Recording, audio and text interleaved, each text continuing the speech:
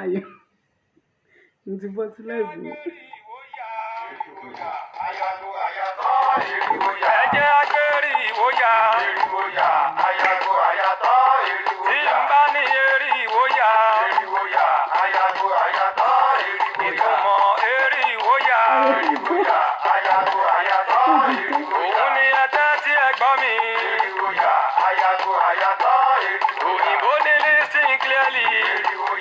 Ayago ayatọ̀ eriwoya. Ẹ̀jẹ̀ abara balẹ̀. Ayago ayatọ̀ eriwoya. Ọkùnrin eri ìwòyà. Orin ayọ̀, orin bá tuntun, orin ayọ̀. Obìnrin eri ìwòyà. Orin ayọ̀, orin bá tuntun, orin ayọ̀. Ọmọdé eri ìwòyà. Orin ayọ̀, orin bá tuntun, orin ayọ̀. Alàgbà eri ìwòyà. Orin ayọ̀, orin bá tuntun, orin ayọ̀. Ẹni bá gbérí ìwòyà. Orin ayọ̀. ẹ káàbọ̀ ẹ bá wa máa pín in. Ìyẹn àríjẹ́rìí mú. Orin ayọ̀, orin bá tuntun, orin ayọ̀. Àríbá ti ṣe. Orin ayọ̀, orin bá tuntun, orin ayọ̀. Àwa lọ́nà gbégbá. Orin ayọ̀, orin bá tuntun, orin ayọ̀. Gbogbo ẹni gbérí ìwòyà. Orin ayọ̀, orin bá tuntun, orin ayọ̀. Ẹ ṣeun o, ẹ bá wa máa pín bẹ́ẹ̀ tí ń darapọ̀ mọ́ wa. Love you all. Aya ò níyàn kú. Orin ayọ̀. Orin ifá tuntun orin ayọ̀. Ọkọ ẹ ò níyàn kú. Orin ayọ̀, orin bá tuntun, orin ayọ̀. Ẹ jẹ́ pé ìwòyà èríwòyà àyàgò àyàtọ̀ èríwòyà. Ébà.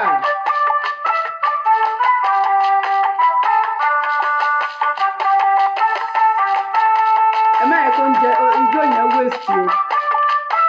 Ayọ̀ má kò sí mi ọkọ̀ mi.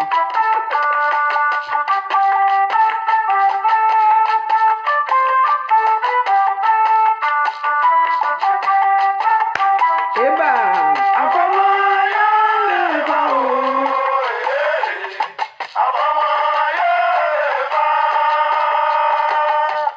Àfọmọ́ yóò lè fa o. Ṣẹ́ mi o. Mo máa sẹ́yìn méjì. Àfọmọ́ yóò lè fa. Ṣẹ́bọ̀ mi kì í ṣẹ́bọ̀ ẹ.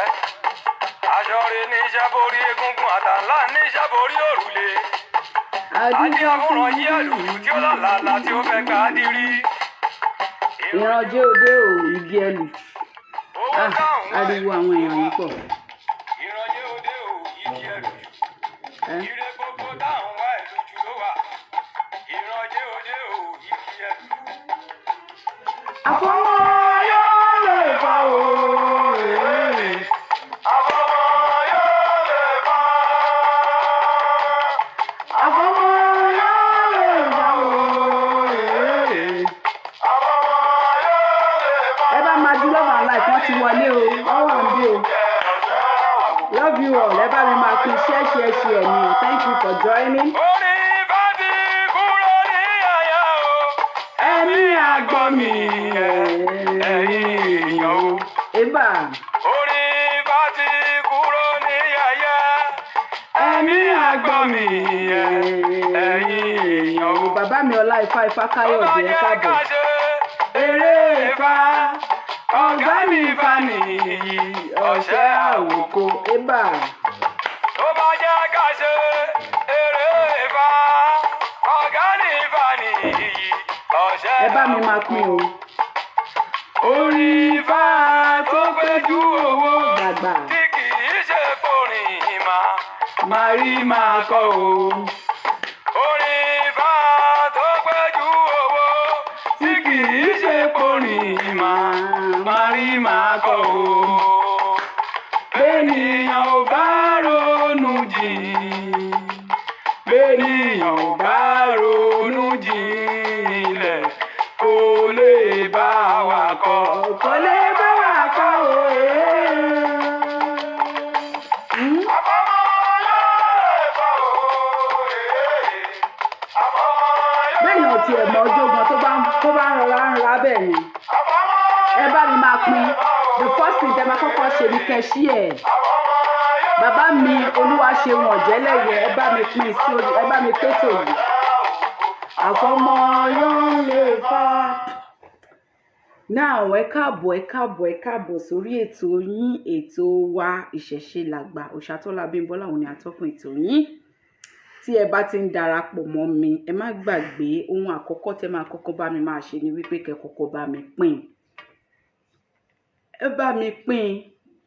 Gbogbo ìtawà náà ń ṣe yìí, àwa nìkan kọ́ là ń ṣe, àjọ ń ṣiṣẹ́ yẹn ni. Tẹ́yin ò bá wa pín, báwo la ṣe máa liberate àwọn yòókù? Báwo làwọn tó yẹ kó gbọ́ sí ṣe máa gbọ́ sí? Báwo làwọn tó yẹ kó bọ́ lóko ẹrú ṣe máa bọ́ lóko ẹrú? Ṣó ti yé yín? Kì í ṣe nítorí wípé ẹ nífẹ̀ẹ́ mi nìkan lẹ ṣe ń pín, but nítorí wípé ẹ fẹ́ kí ẹlòmíì gbọ́ ọ̀rọ̀ tó ń jáde yẹn, bóyá ó máa sòso ire nínú ìgbésí ayé wọn. Ẹ káàbọ̀ sórí ètò lẹ́ẹ̀kan sí. Ẹ má gbàgbé, ẹ máa pín as usual náà. Ẹ máa pín.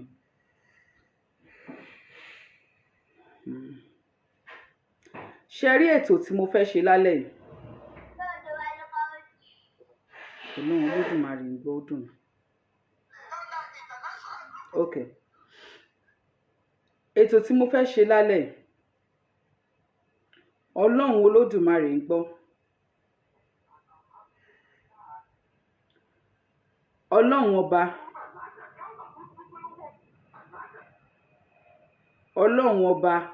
ó ń gbọ́. Kò wù mí kí n fi èsì fún Alhaja Kaola. Kí nìdí ni wípé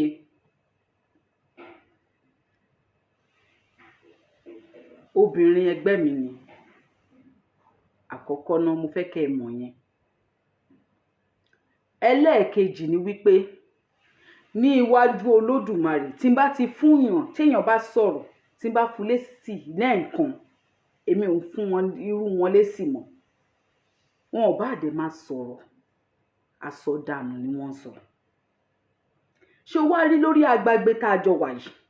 Tó bá láǹfààní àti mọ èèyàn 2, 3, 4 tí wọ́n ti bú mi rí lórí agbágbé yìí, wọ́n á sọ fún ẹ pé mo ya ohun èsì gidi gan. Èmi ò fèsì fún èèyàn anyhow. Àwọn èsì tí ò bá make sense èmi ò ń fọ̀.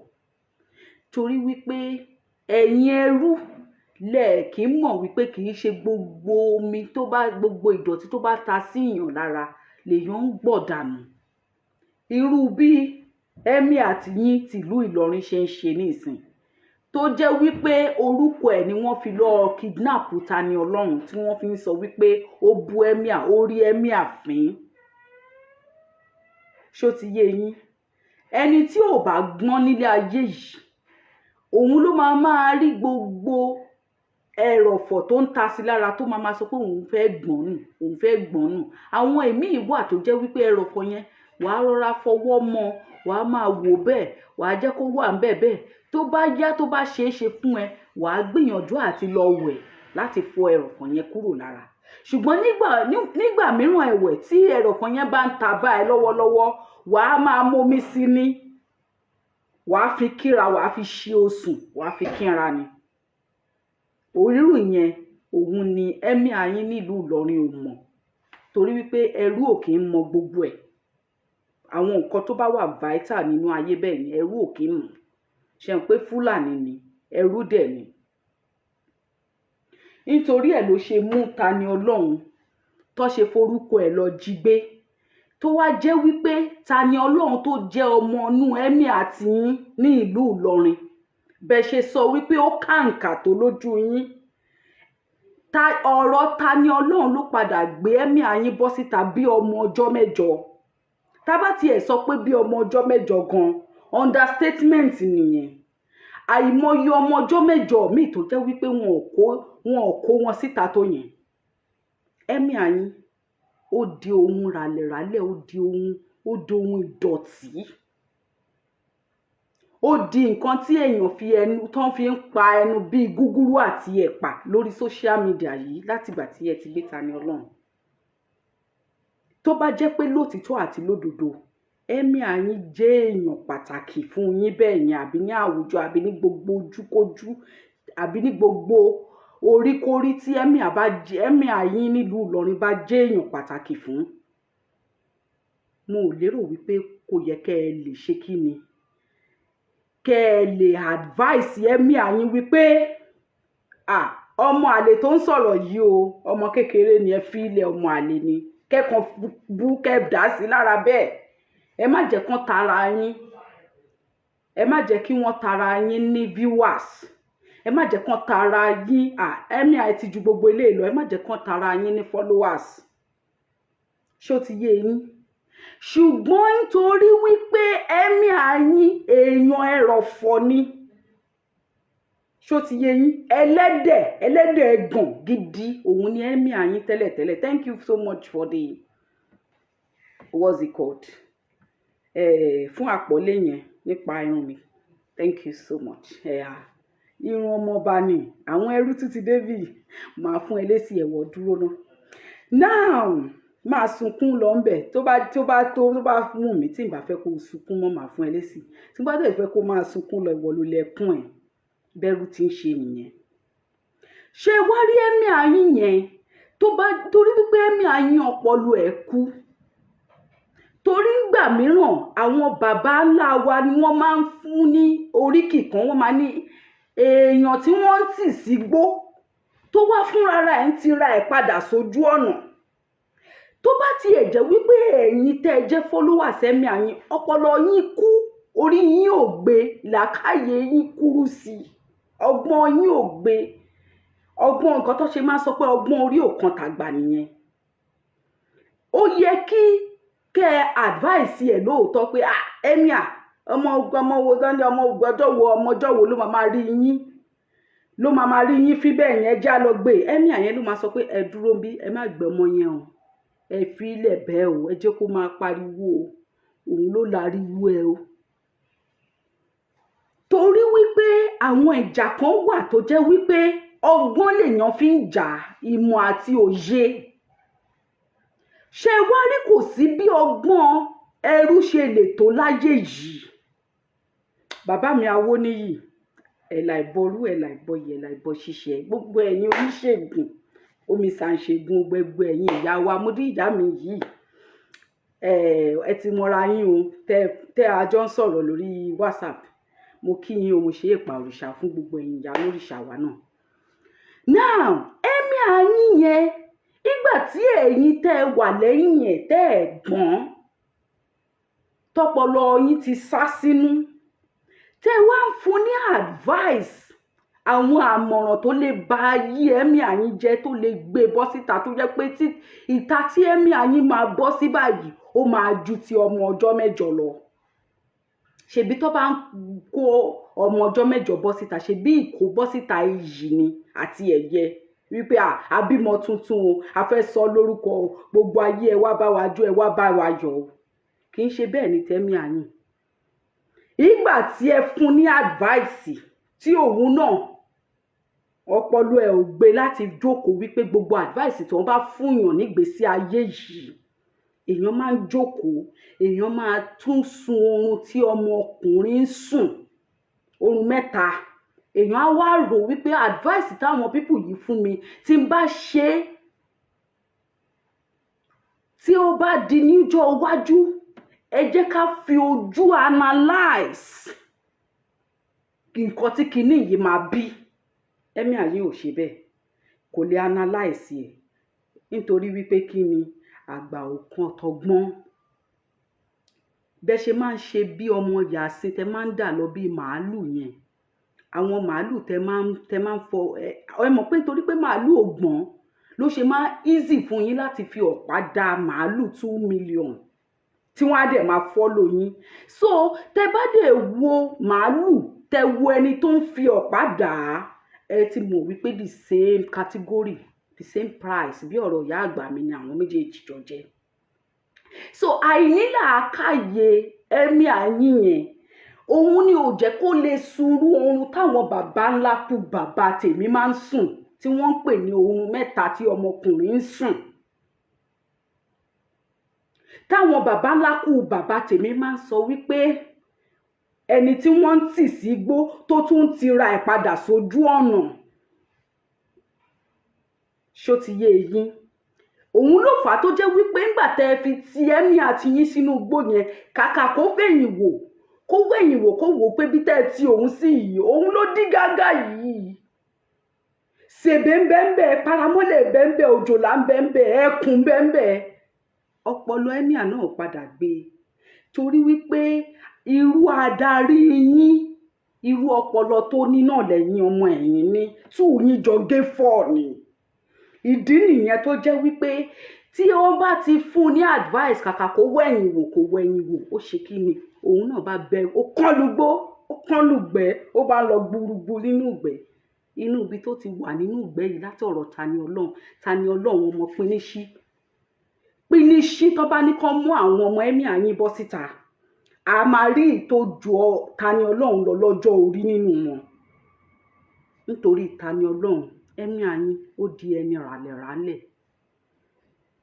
ó di ẹni ẹrọ̀fọ̀ níbi tẹ́yìn gbédé tẹ́ ẹ pọ́n dé ẹ má máa pọ́nrú èèyàn bẹ́ẹ̀ yẹn ẹ má máa pọ́n jẹ̀bẹ̀ lákìsà mọ́ torí ọ̀rọ̀ yìí ti jẹ́ kó yé wa wípé ẹni òfìfo òun ni ẹ̀mí àyín agùnmánìyè ọmọ tó yí ògbọ́n sòǹdókó èèyàn bẹ́yìn náà ṣe jẹ́ wọ́n ní nílùú kan afọ́jú ni wọ́n afọ́jú náà ní darí wọn ẹjọ́ kí ni wọ́n fẹ́ lè dáṣe nínú ìlú yẹn kí ló fẹ́ dáṣe ẹ wò ẹ má jà fọ̀rọ̀ sílẹ̀ sọ̀rọ̀ ṣẹ́rí tílé àwọn ẹbí mi tún gùn mí díẹ̀ òun ló jẹ́ kí n yà lọ sọ́dọ̀ ẹ̀mí àyẹn torí bí mo ṣe wọ orí social media yẹn ẹnájì àwọn olóṣùká tí mo kọ́kọ́ rí kọ́mẹ́ǹtì wọn yẹn òun ló jẹ́ kí ló ti ń porúkọ ẹ̀ bóòtì àti nọ́ọ̀tì orí mi kó tú torí wípé ọ̀rọ̀ lọ́mọ ilé ti ń jẹ òun ló jẹ́ kí n sọ fún yín wípé ẹ̀mí àyín ó yẹ kó máa dáwọ́ bojú ni ó yẹ kó wà ashamed of you people tí ọpọlọ tí ò bá pé tẹ́ fi dàda ń dídí jẹ ẹ̀mí à ṣé kò yẹ ká rí ẹnìkan ṣó nínú gbogbo ẹ̀yin tẹ́jọ jókòó tẹ́jọ pètèpèrò pẹ̀lú ẹ̀mí àyín tó lè gbọ́n tó lè sọ pé ọ̀rọ̀ tẹ́ ẹ fẹ́ fà yìí ibi tó máa wó sí rèé ní foresight àbẹ́ ẹ̀mọ́ tí wọ́n pè bẹ́ẹ̀ lójú inú ojú títa ojú májàgọ́ tàbí tèmi báyìí lọ ní àwa ìgbọ́n tún gbọ́n jù yín lọ torí lórí social media kì í ṣe gbogbo èèyàn là ń fún lésì bá ṣe jọ wà lórí social media tó jẹ́ pé kò sí ẹni tá a lè ta ẹnu sí ó ní àwọn kan tó jẹ́ wípé tó bá ti sọ̀rọ̀ báyìí mo máa gbẹ́nu kúrò ń bẹ̀ kì í ṣe nítorí pé mo bẹ̀rù wọn torí wípé mo ní class torí pé mo ní pride torí pé mo ní dignity ṣó ti yé yín torí pé ọmọ ọba ni mí ọmọ ọba ò kí ń jagun bí ẹrú I choose my war ṣó ti yé yín mo máa ń fi ọpọlọ choose àwọn tí máa bá ta ni àwọn tí ò bá tó standard àwọn tó máa fún mi lésì tó máa dàbí insult èmi ò fún wọn lésì ṣó ti yé yín àwọn tó máa bú mi tí máa fún lésì padà tó máa dípẹ́ àmàjọ máa gba ọ̀rọ̀ bí ẹni gba ọ̀hà tí tó máa ní òṣàtọ́lá ìwọ ṣá orúkọ ẹlẹ́nu ẹni yìí ṣá ṣó ti yé yín àwọn mùmúmù yànyànyà dèdèdè èmi ò ń bá wọn sọ kájọ máa exchange words.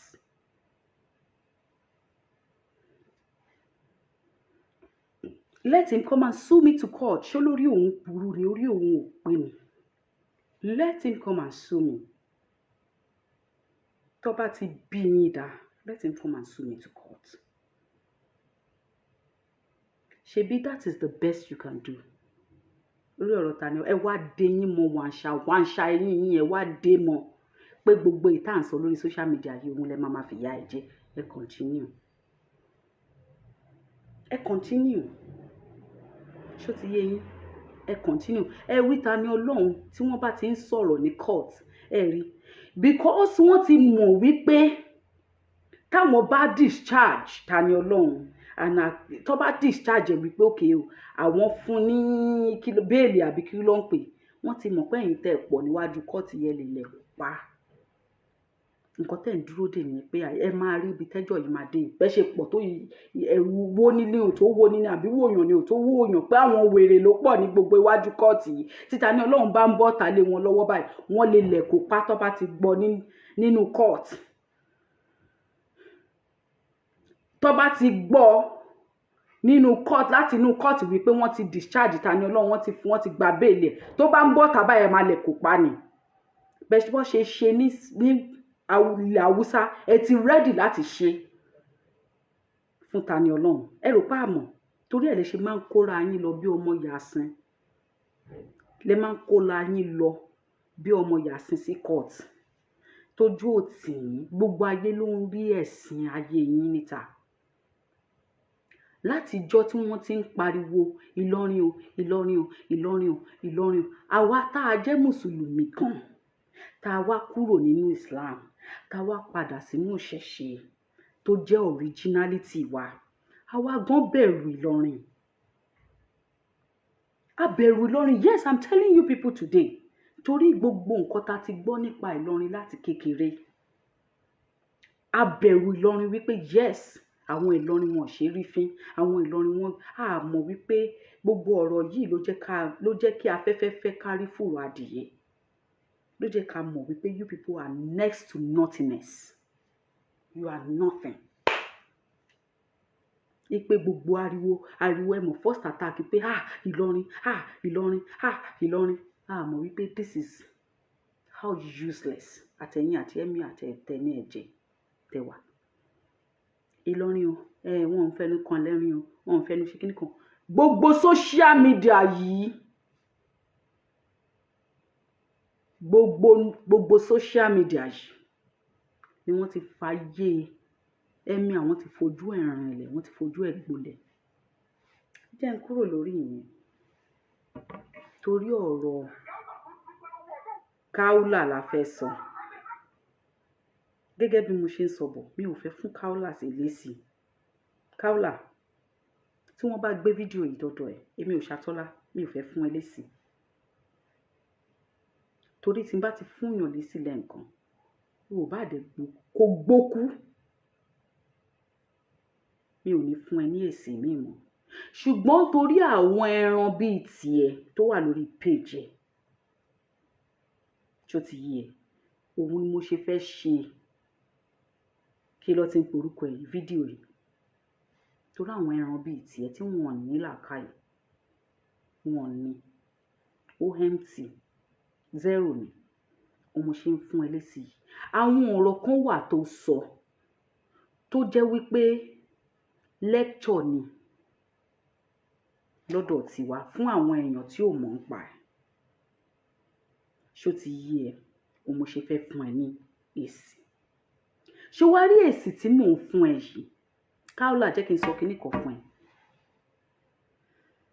Mo hate kíní kan láyé mi ká wà lórí social media ká máa tú issue ara wa, ká máa wá ní gbogbo history ara wa. Kò sẹ́ni tí ò ní tiẹ̀.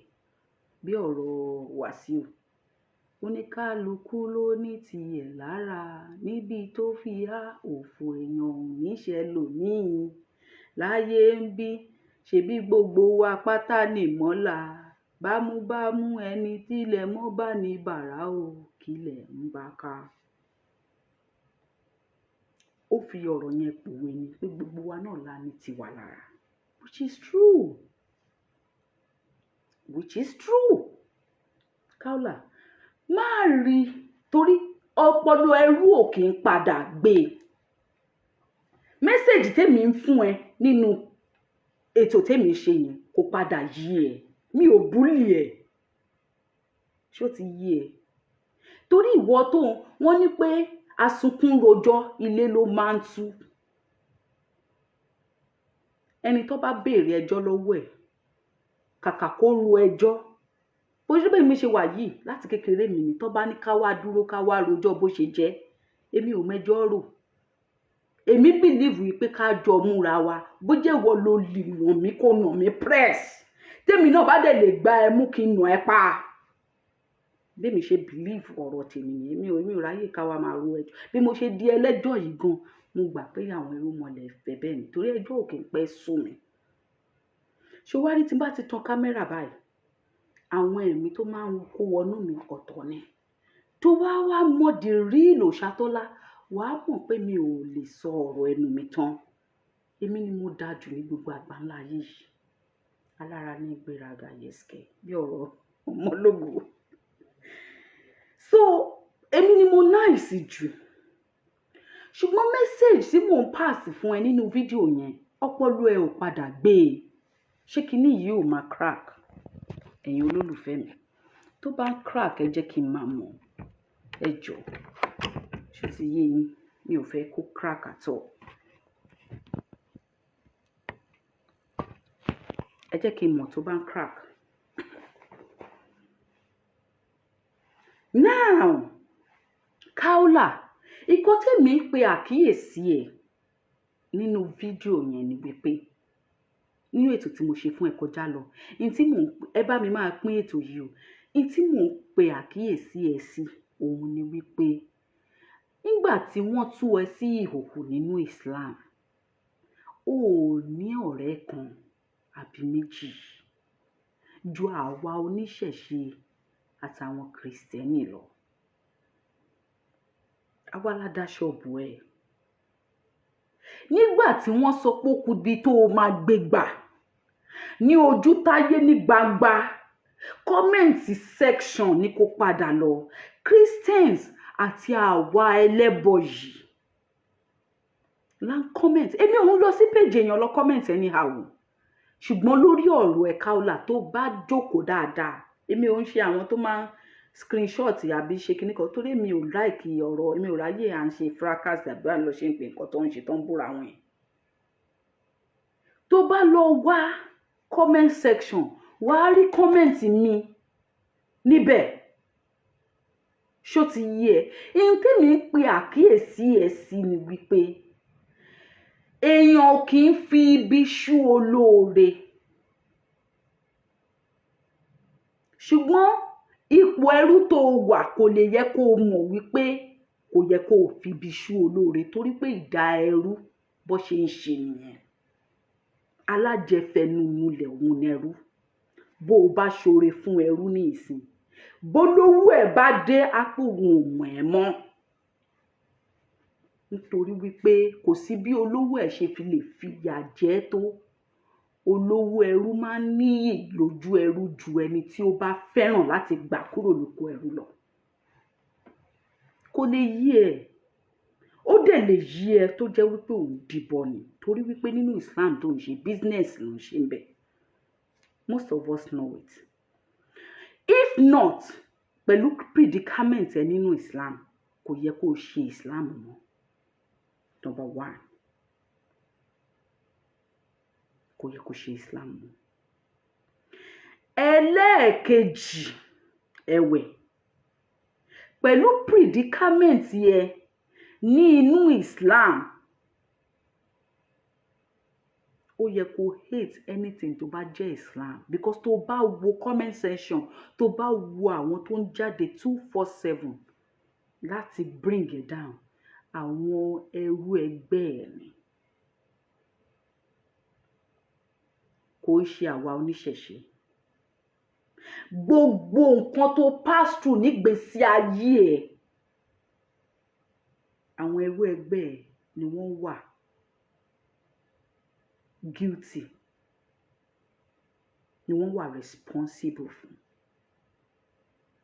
gbogbo nǹkan tó pass through. Kò sí ìtò oníṣẹ̀ṣe ṣe fún ẹbẹ̀. Gbogbo sáàkù, everything tó, gbogbo iná tó fojú ẹ wì pátá, àwọn ẹrú ẹgbẹ́ ẹ lọ fojú ẹ wì náà. Kì í ṣàwà, kì í sì ṣàwọ̀ Kìrìsìtẹ́nì.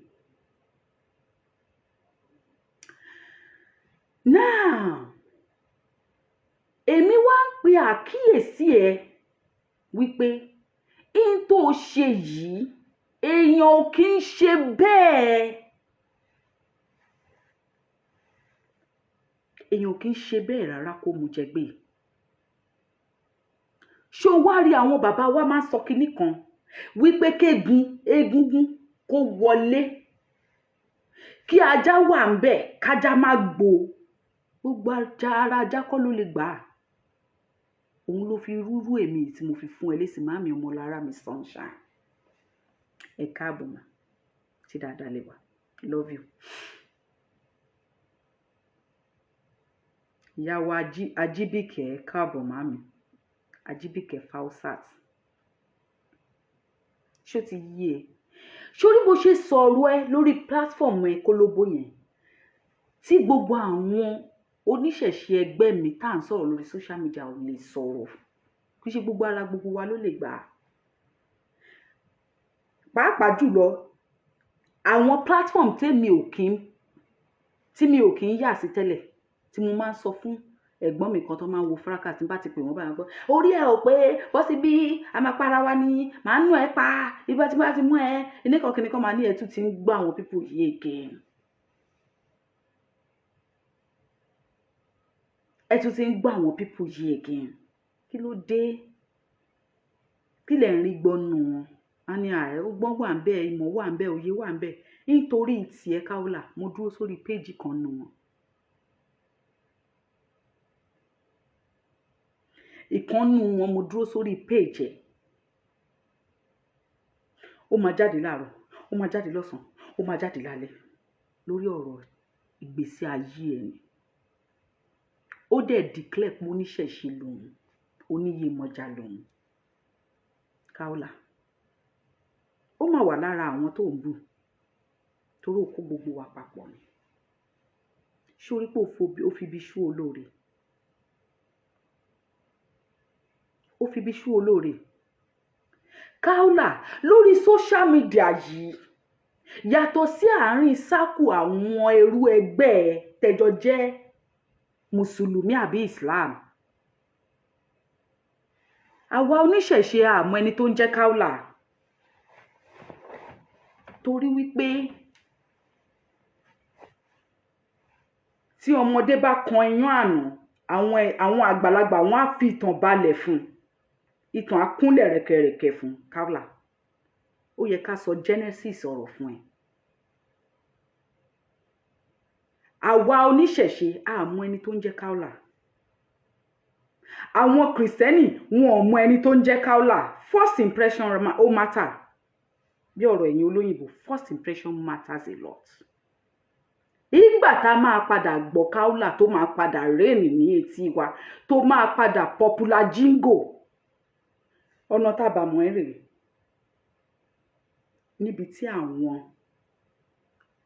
ẹrú ẹgbẹ́ tí wọ́n gbé ẹ bí ìgbà tí wọ́n bá gbé màálù lọ sí abatíọ̀ tí wọ́n wá yọ ẹ́ tí wọ́n bẹ̀rẹ̀ sí ní gé ẹ tán yọ àdá tì ẹ́ tí wọ́n yọ èyí tó yọ lẹ́bẹ̀ èyí tó yọ mọ̀ èyí tó yọ pọ́npọ́ tì ẹ́ tí wọ́n bá gé ẹ léríkì lórí social media fún wa àmọ́ Kaola àárín wọn ló ti popular àárín wọn ló ti mọ̀ ẹ́ rí o Christian ò mọ̀ ẹ́ o oníṣẹ̀ṣe ò mọ̀ ẹ́ o àwọn tí wọn ò jẹ́ Christian tí wọn ò jẹ́ oníṣẹ̀ṣe tó yẹ pé ní kálukú ń bá káràkátà àwọn gan wọn ò mọ̀ ẹ́ o àwọn olóṣùká ẹrúkẹrú abilala lẹ́nu ẹgbẹ́ ẹ ló jẹ́ kí gbogbo wa mọ̀ ẹ́ lórí social media wọn ò dẹ̀ jẹ́ ká mọ̀ ẹ́ fún rere o wọn ò polongo ẹ wípé ẹni re èèyàn yìí ni ẹ o wọ́n polongo ẹ pé olórí burúkú ayé àti ọ̀run òun ni ẹ pé obìnrin ẹni àìjírí ẹni àìjíkò ìwọ tó jẹ́ wípé ó yẹ kí àwọn obìnrin rí tí wọ́n fi ń ṣépè fún obìnrin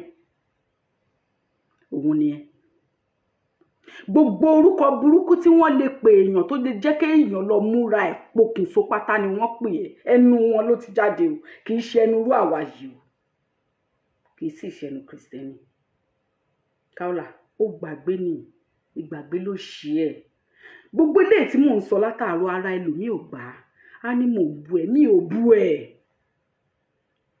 Kaola òwe kan wà tí àwọn àgbàlagbà máa ń pa wọ́n máa ń sọ kinní kan wípé a kì í tọ́jú oníkà mẹ́sàn-án kà Kaola darling oníkà mẹ́sàn-án ní tìjú ni o fact ni mo sọ fún yín tí oníkà mẹ́sàn-án bá sọ wípé wèrè wà ní ọpọlọ òun ó ń gbá lórí òun bóun ò ní tí ju òun ò lé èpo lójú àwọn kan á pè jókòó báyìí wọ́n á ní jókòó oníkà mẹ́sàn-án ni wọ́n á kà fún wọ́n kà á 1 2 3 4 5 6 7 8 tá a fi pé 9 yẹn Kaola wọ́n kà á pé fún Kaola èmi ò ka nǹkan kan fún ẹ o mo kàn ń sọ fún ẹ látòrí nǹkan tí mò ń sọ láti ìgbà tí mo ti bẹ̀rẹ̀ ètò àti gbogbo ètò tí mo ṣe kọjá ni wípé aláìmoore ni ẹ bóyá kí n bá ẹ fi sí ẹ̀gbẹ́ kí ló ti ń porúkọ ẹ topic tí n bá ṣe tán pé Kaola aláìmoore ni ẹ kó lè yí ẹ dáadáa torí kò ń padà yí ẹ rú kò kí ń yẹ́rù aláìmoore ẹ̀dá òun ló máa rí ẹni wọ́n ní ẹyẹlé kì í bónílé jẹ kí ó bónílé mu kó dọjọ́ ọkú kó yẹ̀rì my dear aláìmoore ni ẹ Kaola torí wípé èèyàn wà níbì kan ń ṣe business ńbẹ nínú sáàkù Islam tó wà ó dẹ̀ ti mọ̀ wípé o ò kọ́ṣẹ́ o ò níṣẹ́ owó bí àwọn àfáà yìí náà ni àwọn náà níṣẹ́ ọwọ́ wọn ní nǹkan kan wọn ní gbọ̀ngbọ̀ wá kẹ́ ń pa ẹ́ kò sí ohun tó fẹ́ fi jẹun tí gbogbo ẹ̀ bá crumble torí ẹ̀ náà ló sì ṣe ń rúnra ẹ láti fit in sínú Islam circle torí ẹni tó bá ní pride ó gbàgbé ó mú pride àti dignity ẹ àti kí ló ti ń porúkọ ẹ self pride self dignity self worth ẹ ó true ẹ to the being Kaola tí bá ní kí n play voice note ẹ I will be playing too much that's why I don't want to play it I don't want to hear my pathetic voice again I can remember vividly everything you said in it I can analyze it so I don't need to play it. O mú gbogbo ìjẹ́ èèyàn ìjẹ́ obìnrin ẹ̀ o gbé sí ẹ̀gbẹ́ kan o sọ sínú trash can just because o fẹ́ jẹun ti fún lọ́rùn táṣọ òṣòro ọ̀nà fún òun lọ́nà ọ̀run mi ò blame ẹ̀ ṣé mo fẹ́ fún ẹ níṣẹ́ níbi company bàbá mi that's it there are some situations nílé ayé yìí maybe I couldn't have done it better than you. Maybe I would have done the same. Throwing everything tí mo jẹ àti tí mo jẹ sínú trash bin just to eat. Just to make ends meet, Kaola. Just to pretend nothing happened. So I can do my business. Maybe I would have chosen that path. But what I wouldn't have done, òun ni wípé mi ò ní ever publicly kò sí bó ṣe lè hùn kó mọ̀ fi gbogbo full chest mi protect Islam and whatever it entails. I'll just do it so I can eat.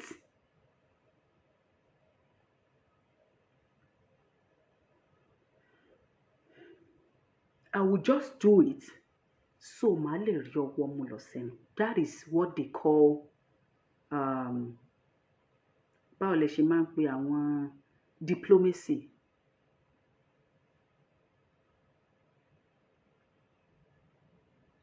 Ṣó ti yí ẹ marketing strategy. Nǹkan tí wọ́n ń pè nìyí.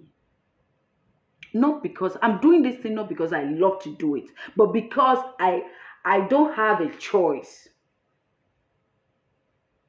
My ends meet is on the lifeline. Kaola, o fumble. Ṣorí ní gbèsè ayé yìí ni máa ń fi ọpọlọ tó. Kì í ṣe gbogbo wa la kàwé. My dear, drop out lèmi náà. SS1 mo ti drop out. I say it everywhere. I say it with pride. I don't look back. But tí bá ti ń sọ àwọn òyìnbó ìsọnù kan, wàá rò wípé mo parí university level ni. Múrùntù ni mí. Táwọn tó mọ ojú àti ẹ̀yìn òyìnbó bá bẹ̀rẹ̀ wọ́n máa sọ mí nù sáàrin ibẹ̀. Torí gbà tó bá gbé vocabulary tó ju tèmi lọ dé. ìmọ̀ tó máa bèrè pé ẹjọ́ ẹgbà mi o èwo níjọ́ ẹjọ́ tún jẹ́ báyìí o ṣùgbọ́n ìyá àgbà mi máa ń sọ wípé mo ka ọgbọ́n orí mi bí n tiẹ̀ kàwé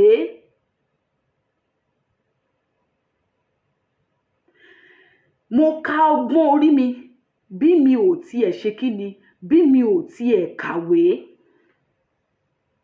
Kaola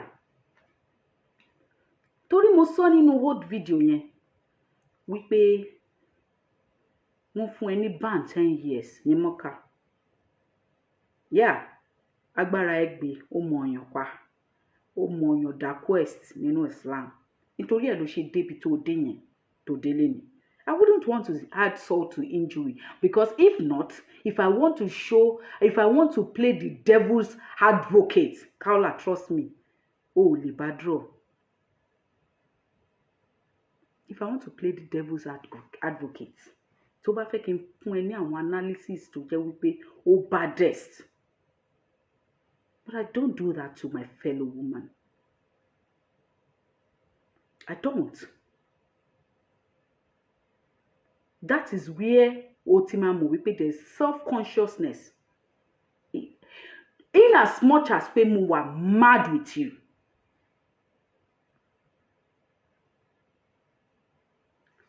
Báwo ló ṣe máa sọ àdúró èsì bẹ́ẹ̀ yẹn? Ó ti ṣe part 1. Ó tún ṣe part 2. Ìyẹn tó wá worst ju part 1 lọ. Lórí ètò yìí ni, lórí ọ̀rọ̀ Tani Olohun, kí ló dé kí la gbé kí lè ojú? So tá a bá tètè mẹ́nu ẹ̀ ó máa sọ worst wàá máa jam lábẹ́ ẹni tó jẹ́ wípé o ti jẹ ilá ṣebí lẹ́yìn tí mo ṣe fídíò yẹn òun ló lọ delete yẹn ìyẹn ni wípé o gbọ́ bàwí ṣùgbọ́n nígbà tó o gbọ́ bàwí tán o tún wá ń wò wípé àyẹ̀wò yù báwo lọ ṣe máa sọ̀rọ̀ sí ẹ bẹ́ẹ̀ yẹn tó máa kó jẹ Kaola ó gbàgbé ni ṣòwò gan ò sọ àwọn ọ̀rọ̀ kò bá kún gbé nínú fídíò yẹn ni ó sọ̀rọ̀ náà ó ṣe wá jẹ́ wípé the same trait lẹ́yìn ẹrú yìí máa ń ní ẹ̀yin máa ń lè dish out ṣùgbọ́n tó bá gbé fún yín ara yín ò kì í lè gbà á bí mo ṣe wà yìí tí n bá sọ̀rọ̀ sí yàn tó bá sọ̀rọ̀ sí mi mo máa ń panu mọ́ ni ọmọ me sef I talk o I too talk as I dey here so I dey talk ṣùgbọ́n if you know me for real life gbàgbé kámẹ́rà mi ò lè sọ dò ṣùgbọ́n nǹkan tó lè mú mi kí n sọ̀rọ̀ ní real life bẹ́ẹ̀ yẹn ni tí tó bá ti kàn mí ní èwo tó ti kan bí tí bóòtì àti náà ti orí mi tó ń di wèrè orí mi mú yẹn tó ti kàn tó ti yọra lùzì ẹ̀ tó ti yọ wàá mọ̀ wípé ẹ̀mí ẹ̀ ò ní padà kó mọ́. Kaola business ló ń ṣe nínú Islam business yẹn ni kò face ọ̀rọ̀ tá à ń sọ ó fo fẹ́ǹsì dọ́dọ̀ ẹ̀ ni kì í ṣe wọ́n ló lọ́rọ̀ tó bá analyse bí gbogbo ayé ṣe mọ̀ ẹ́ lórí social media kò yẹ kó jẹ́ ìwọ. Ìwọ ni the least out of everybody tó lè bọ́ sí àwa sọ̀rọ̀ lórí àwa oníṣẹ̀ṣe. Ṣó fẹ́ gbọ́? Tí anybody bá bọ́ta lórí social media lénìí nínú ẹ̀yin olóṣùkà, ẹ̀yin ẹrúkẹ́rú abilala lẹ́nu, kó wá bẹ̀rẹ̀ kó ní Òṣàtọ́lá ìwọ ni mò ń bá wí o, Òṣàtọ́lá o, kó máa romance orúkọ mi, kó máa sọ látàárọ̀ dalẹ́, orí ló máa fọ́ pa torí mi ì ní fún ní èsì kan. Ó máa sọ dọjọ́ ọkú ni ó máa padà bu wèrè ó máa bu gíjẹ ni ó máa bu fóònù ẹ̀ jẹ́ ìjọ́kíjọ́ tí orí ẹ̀ bá hu ooru gidi gan ó máa bọ́ ìjáàbù lórí kámẹ́rà ni tó máa bọ́ra sí òò gidi ìbíǹbí ọmọlúwàbí ló máa wà torí mo ṣe wà yìí mo burú gan. Àwọn ọ̀rọ̀ tó máa ń sọ láyé ìgbà kan tó máa sọ wípé ẹni burú mọ̀ ń wá ẹni tó máa sọ fún èmi gan ò wá ẹni tó máa sọ èmi gan mọ̀ pé mo burú gidi gan. Tí mo ṣe burú tó náà ni mo ṣe dájú mo ti lọ dájú ìwọ ṣáà má ti kàn mí bẹ́ẹ̀ ni, má trespass. Kaola, Mami Bukky Ogons, love you so much. Gbogbo yín ni mò ń kí, mò ń rí àwọn comment, but táwọn ọ̀rọ̀ yẹn bá ti ṣó ti yé yín, tí bá ti wọnú ẹ̀mí lọ. Kaola, ó sọ kinní kan lórí fídíò ẹ̀, ó ní èmi búlì ẹ̀. Kaola, yìí tó ṣe fún Tani Olohun kí ló ń pè yẹn? Ó mọ̀ rí náà. Tó wá ń sọ wípé ọmọ ẹnìkan ò bí ọmọ ẹ̀ràn kíran, ọmọ gbá ọmọ àwo ìkòkò bàbá ṣàsùn. Wọ́n ló jẹ́ kémi náà fún ẹ ní èsì tó fìtẹ̀. Ó pè ní ọmọ ẹ̀ràn kíran, èmi náà dẹ̀ pé wọ́n náà ní ọmọ ẹ̀ràn kíran. Jọ gé for 2 fighting ni. Ó ṣe wá jẹ́ wípé ìwọ pé Tani Olohun lọ́mọ ẹ̀ràn kíran, ó pé àwa tá à ń sọ̀rọ̀ nípa ìṣẹ̀ṣe kó dùn wá, àbúgíjẹ́ àyàwèrè. Ká dẹ̀ pé wọ́n padà bẹ́ẹ̀. Ó dẹ̀ fẹ́ kó wọnú fóònù lọ. Kí ló dé? Kí ló dé tó jẹ́ wípé trait kan náà lẹ máa ń ní? Ẹ̀yin ẹrú, ẹ lè sọ, ẹ lè gbèsì. Àwọn baba ńlá wa ti sọ wípé ìsọ̀rọ̀ ni gbèsì.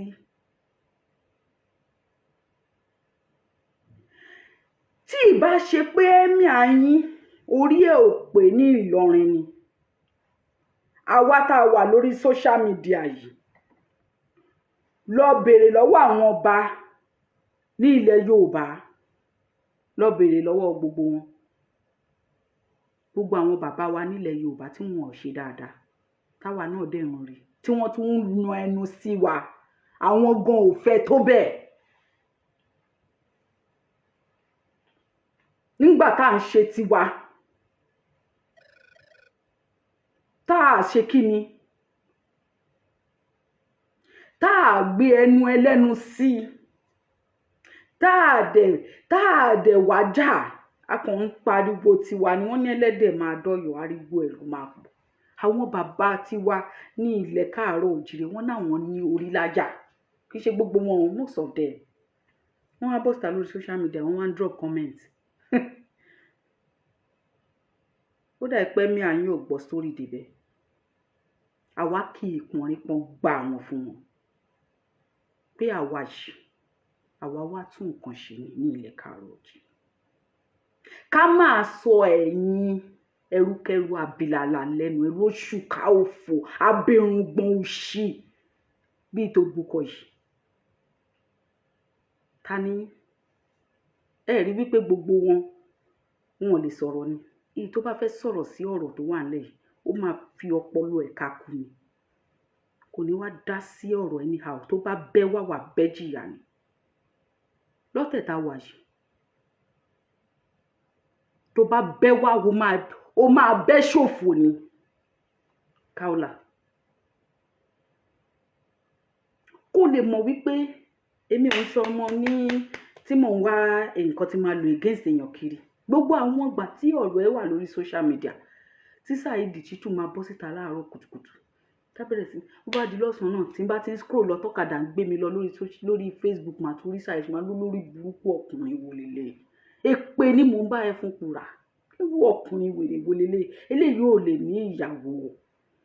Ta ló máa fẹ́ rú eléyìí? Inú ń bí mi ṣùkẹ́ ni. Inú ń bí mi ṣùkẹ́ ni. Pé kí leléyìí torí ọlọ, irú kòkúkò wo lè?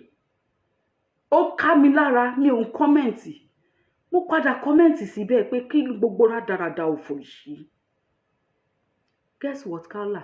Èmi ń lọ ọ̀dọ̀ ní wọ́n búra wọn lórí social media. Nítorí ìgbésí ayé tiẹ̀ tí woman kan ní London, wọ́n pe woman yẹn, máa mention àwọn tó ń bára wọn jà lórí social media mi. Woman yẹn wọ́n pè ní Anamáyọ̀wá lórí social media yìí ni. Torí wípé woman yẹn gbé kéèsì ẹ sórí ni, bí ìgbà tó jẹ́ pé òun ló ní ìjà. Torí ìtì ẹ mo ṣe máa ń frequent lórí page ẹ. Mi ò ń comment o, but mo love nǹkan tó ń ṣe. Kí ló dé? Ṣé nínú Islam ẹ ti ní kóbìnrin má gòkè ni? Nínú Islam ẹ ti ní kóbìnrin má ṣoríire torí pé Kaola ṣoríire wá ń jealous ẹ wá ẹ fẹ́ drag ẹ wálẹ̀. ẹ lè drag ẹ wálẹ̀ Saheed Shittu ó yá òun máa bá ẹni náà tán bí owó ni tí n bá jí láàárọ̀ máa rí ń bẹ̀ Anamáyọ̀wá ó máa sọ̀rọ̀ ẹnu tó bá di ní ọ̀sán ó máa bọ́ síta Saheed ó tún ti bọ́ síta àníkẹ́ fi wúmà yìí lọ́rùn lẹ̀ Saheed àbá yí ẹ fẹ́ ṣe kinní kan ni Saheed àbí kinní kan ni tó bá di lálẹ́ Anamáyọ̀wá wà ń ta lórí ọ̀rọ̀ ìgbésí ayé ẹ̀ ni Kaola tó o bá tí ì rí fídíò ẹ̀ rí tó bá sọ pé ò rí fídíò ẹ̀ rí mọ̀nàfíìkì ni ẹ́ torí kò possible kò má rí fídíò ẹ̀ rí torí àwọn tiẹ̀ máa gbé dọ́dọ̀ ẹ̀ torí bẹ́ẹ̀ ṣe ń parọ́ nìyẹn tó bá ti dọ̀rọ̀ ní Islam ẹ máa pa irọ́ ẹnu òpùrọ̀ yín kẹrin kò ń ṣẹ̀jẹ̀ nígbà yẹn máa bọ́ sí orí social media á bẹ̀rẹ̀ sí ní máa sọ wípé a máa threaten Saheed Shittu wọ́n náà òun máa lọ bá gbogbo history àgbésí ayé ẹ̀ òun máa bá ẹ gbé sórí social media Saheed Shittu òun máa ṣe kinní kan fún ẹni òun máa ṣàwo fún ẹni èmi máa ń wo woman yẹn torí ọ̀rọ̀ ẹni torí èmi ò ń wo gbogbo ọ̀rọ̀ 2022 èmi ò ń wo gbogbo yẹn torí ọ̀rọ̀ ẹni mo ṣe ń wo woman yẹn gbà yẹn guess what ìgbà tó dẹ̀ ti drop case ẹ̀mí náà ti drop o àti máa wo bẹ̀ but I loved what she did for standing up for you. I couldn't stand up for you then. You know why? The only way I can do it is on social media. Tó dáa gbé ọ̀rọ̀ Yorùbá Nation dání. Èmi ò sì kì í ṣe olóṣùkà. But I loved you because you are a woman like me. Torí wípé àwọn ọkùnrin tí wọ́n gán ti pọ̀ jù nígbésí ayé yìí pé kán máa sọ pé àwọn fẹ́ fi ìwòwò obìnrin ṣe scandal fún. Tẹni tó dé lárí àmọ́ tẹni tó ń bọ̀. Could be anybody. So má sọ pé wọ́n bully ẹ. I felt the pain even more than you have felt because I'm a woman like you. Kò sí bó ṣe lè sọ pé obìnrin ẹgbẹ́ mi burú tó àbó ya wèrè tó àbó ras tó obìnrin ẹgbẹ́ mi ṣì ní òbò kan náà lájọ gbé sábẹ́. Ó lè yàtọ̀ síra wọn nípa size. Òbòlòbò máa jẹ́ ọmú kan náà dẹ̀ lájọ gbé sáyà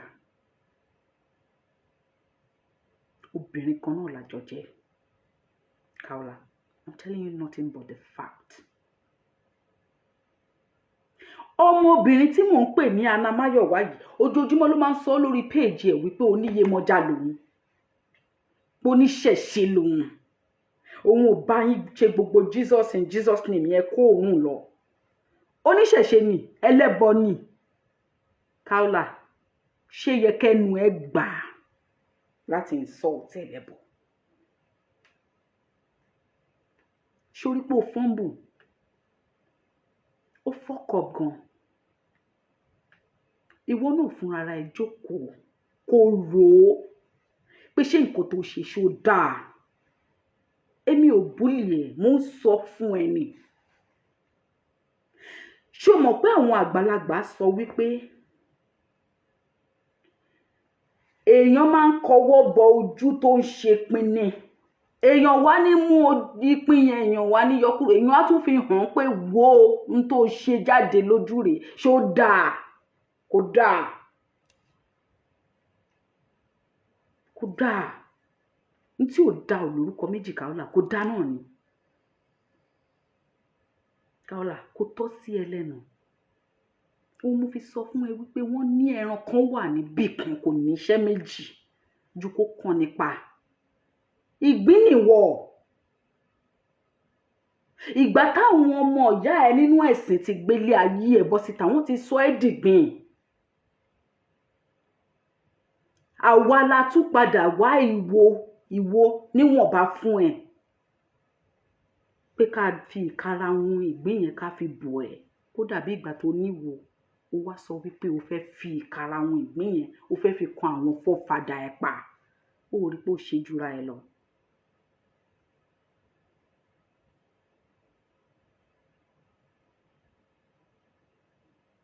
ó rí pé ó ṣe jura ẹ lọ Kaola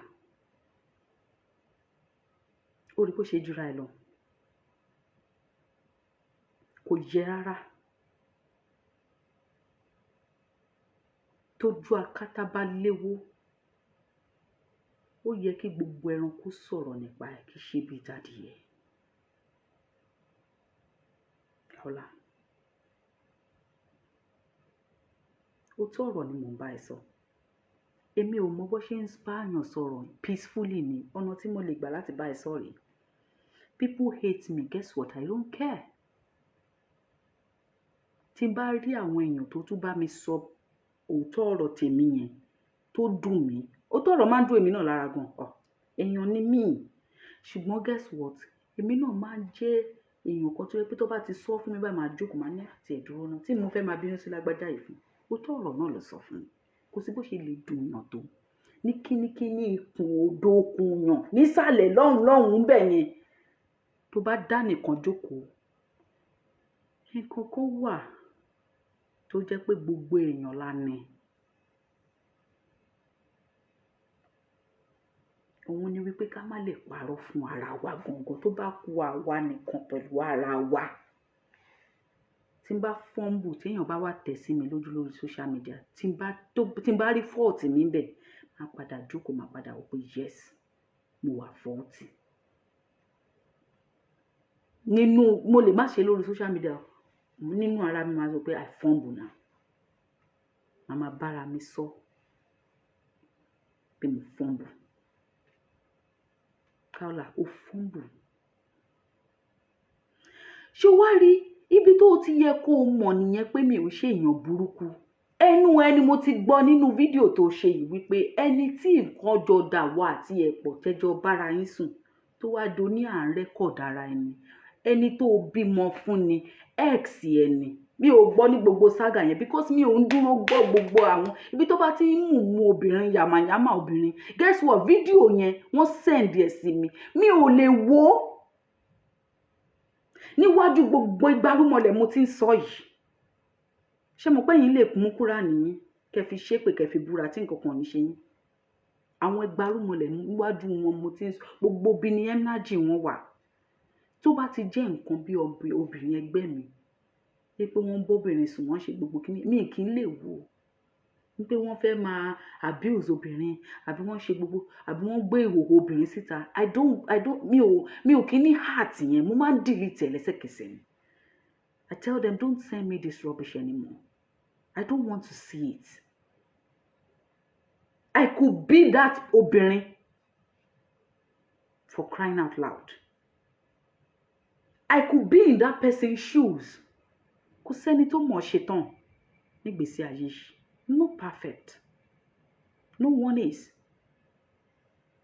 I'm not trying to blackmail you. I'm not trying to make you feel bad. I'm trying to make you see and know wípé you don't bite the fingers that fed you. You don't do it.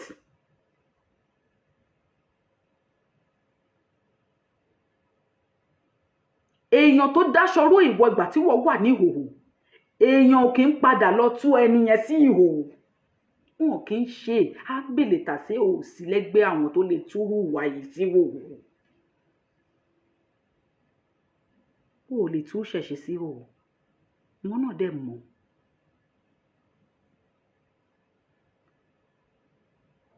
Kaola, I'm so sorry for whatever to pass through nígbésí ayé. I have passed through. How do you even know if I've not passed through worse? If I've never been in your shoe, how do you even know? Mo ní past tèmi, mo ní ordeals tèmi. That is why I'm not comfortable wherever tí wọ́n bá ti ń sọ̀rọ̀ obìnrin kóbìnrin láìda. Ṣé orí jẹ́ kí n sọ kíní kan fún ẹ kí obìnrin yẹn kó jẹ́ ọ̀tá mi tá ti jọ bára wa jà bí kúkú bí yíyèrè tí n bá rí ibi tí wọ́n ti ń búlì ẹ̀ bó ṣe búlì ẹ̀ yẹn ara mi ò kì í gbà á. Gbogbo wa la mọ̀ story ara wa.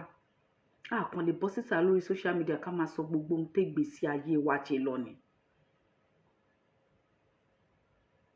Tó rẹ́ ní lójúlójú ń tì. Ìjọ tó bá dẹ̀ lé pé bóyá Ọlọ́run má jàrí kò ṣe dáadáa bá rí olórí burúkú kan tó bẹ̀rẹ̀ sí ní rárá àbù tó rà àti tó sọ àti tó rí àti tí ò rí àti tó ṣẹlẹ̀ àti tí ò ṣẹlẹ̀ tó bẹ̀rẹ̀ sí ní sọ ń kọ́. àwọn wèrè kan wá bọ́ síta wọ́n á bẹ̀rẹ̀ sí ní máa analyze ìtójú wọn ká àti ìtójú wọn ò ká. Ṣó rò pé mi ò human ni? Ṣó rò pé mi ò ní feelings ni? Ṣó rò pé sàǹdókò èèyàn bí ẹ̀yin ẹrúkẹrú abilala lẹ́nu ni mí ni?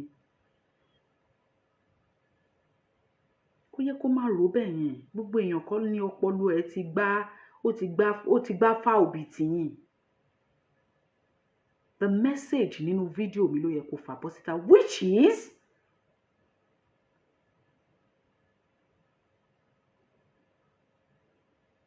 don't be an hypocrite, aláìmoore èèyàn. Which is what you are.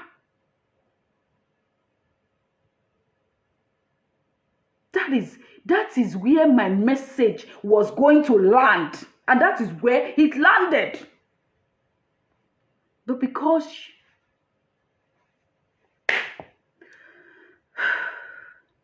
it's so empty.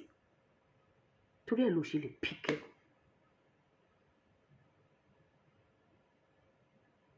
Torí ẹ̀ ló ṣe lè pick it. No matter how hard I chastise you, how disrespectful I did it. Of course, you were more disrespectful than I was with program to share. That was why you went back and deleted the video. Guess what? Ó wà lórí YouTube. People uploaded it on their own YouTube. Tí n bá fẹ́ ṣe fún ẹ̀yin, màá tún lọ gbé bọ́ síta láti refresh memory àwọn èèyàn tí ò sí ń bẹ̀ nígbà tí nǹkan yìí ṣẹlẹ̀, láti jẹ́ kán mọ̀ wípé mi ò ṣe èèyàn bí o. Kó tó sọ rèé nípa ọ̀rọ̀ Tani Olohun. Bó ṣe sọ rèé, ṣé ó yẹ kó sọ bẹ́ẹ̀ gẹ́gẹ́ bí abiyamọ, gẹ́gẹ́ bí obìnrin tó jẹ́? Ṣé ó yẹ kó sọ bẹ́ẹ̀? Kò yẹ, ìwọ náà mọ̀ pé kò yẹ kó sọ bẹ́ẹ̀.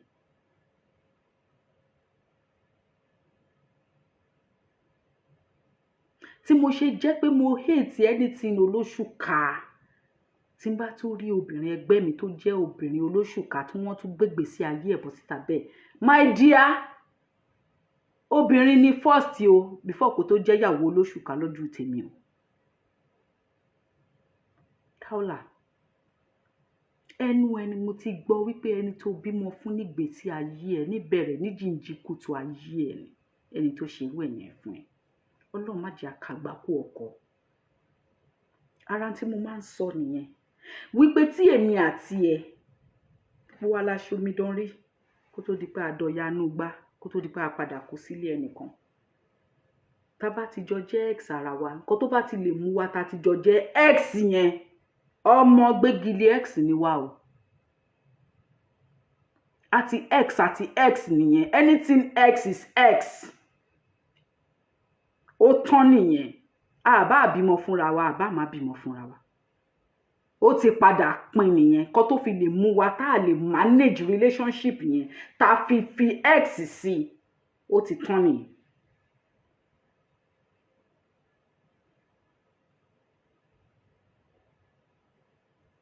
Ó ti tán nìyẹn. Torí àwọn ex yìí, most of them come back not to do anything but to mar your name. Láti fi orúkọ ẹ sínú ẹrọ̀fọ̀.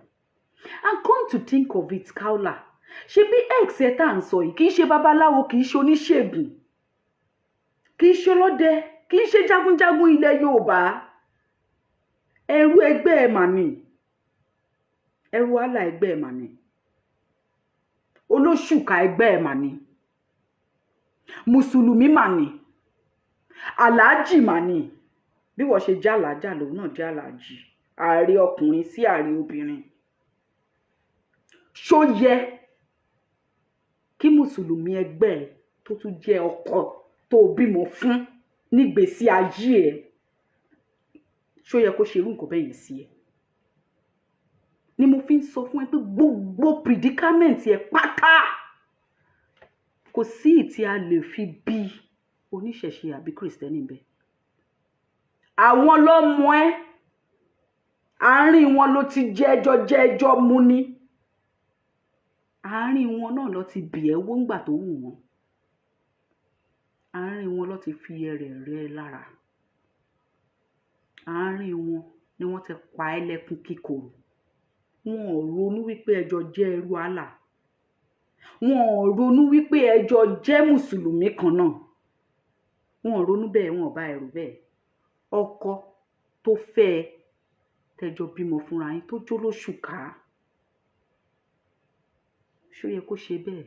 Tí ò bá ti ẹ̀rọ kankan mọ́ ẹ lára, ó yẹ kó ro ti Islam tẹjọ ń ṣe. Islam tí ìwọ gbé síwájú tí gbogbo ayé fi ń mọ̀ ẹ́ wípé Alhaja Kaola, ó yẹ kó ro tìyẹn mọ́ ẹ lára. Wọ́n ládìyẹ kì í jẹ̀ fún ara wọn.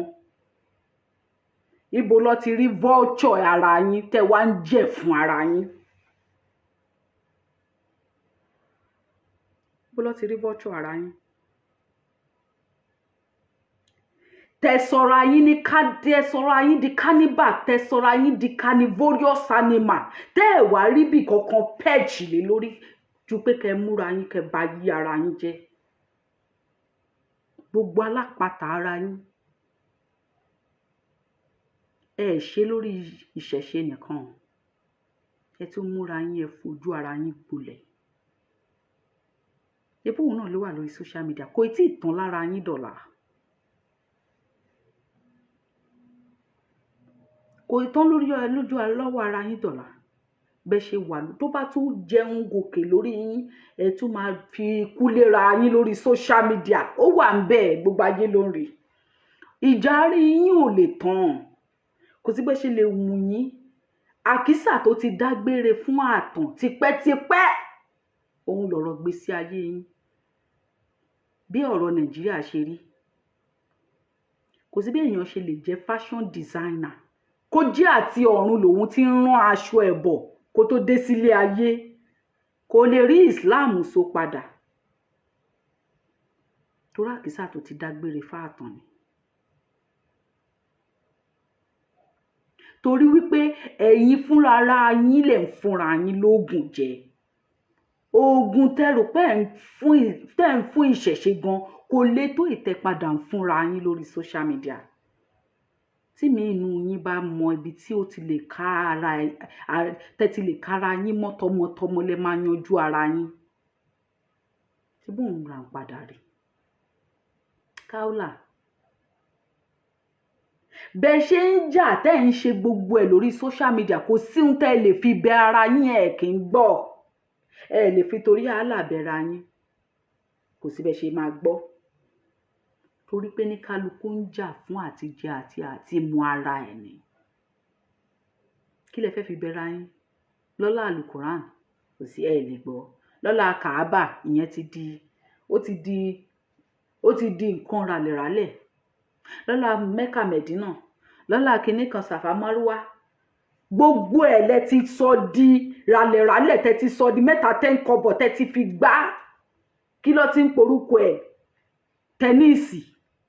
Ìtẹ́ fi gbá gan ju tébù tẹ́níìsì lọ. Lawn tẹ́níìsì lẹ fi gbá láàrin ara yín. Ọwọ́ yín ò padà ká mọ́.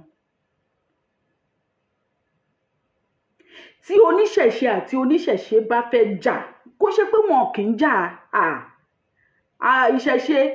Ìjà ìṣẹ̀ṣe gan fẹ́ bá dẹ̀sì ju ìjà ti yín lọ. Ṣùgbọ́n guess what? Táwọn bàbá wa bá ti ń sọ àwọn ohun kọ̀ọ̀kan láàrin ara wọn pé a ní ẹ jèbùrẹ́ awo olùgbẹ̀bẹ̀. Ṣorí bó ṣe ń sọ pé jèbùrẹ́ awo olùgbẹ̀bẹ̀ yẹn ibẹ̀ ló pín sí. Gbogbo nǹkan tó wà nínú wọn yẹn, ibẹ̀ ló máa melt sí. Tó bá tún wá rí ìmí nínú wọn tí wọ́n jọ jẹ lérewé tán jọ jẹ ní gbogbo ẹ̀ bó ṣe jọ faṣọ eléwé ìwèrè ìbora yẹn àbí àlọ́ ṣe ń pè yẹn. Tán bá jọ pàdé ara wọn lójú agbami ìjà tí wọ́n bá mọ ohun yẹn pé wàá rò wípé wọn ò jàrí ni. Because the way tí wọ́n bá ti gbọ́ ohun yẹn is a divine voice, divine word. Nǹkan tẹ́ ẹ̀ ní nìyẹn nínú Islam. Torí gbogbo bá tẹ́ bá fi Kaaba lọ́lá Mẹ̀dínà bẹ̀ra yín, ẹ̀yin náà mọ̀ pé irọ́ ló ń jẹ́ bẹ́ẹ̀, scam ni. Torí ẹ̀ lẹ ṣe kí ń gbọ́, lẹ ṣe kí ń gbà, nínú yín máa ń dì.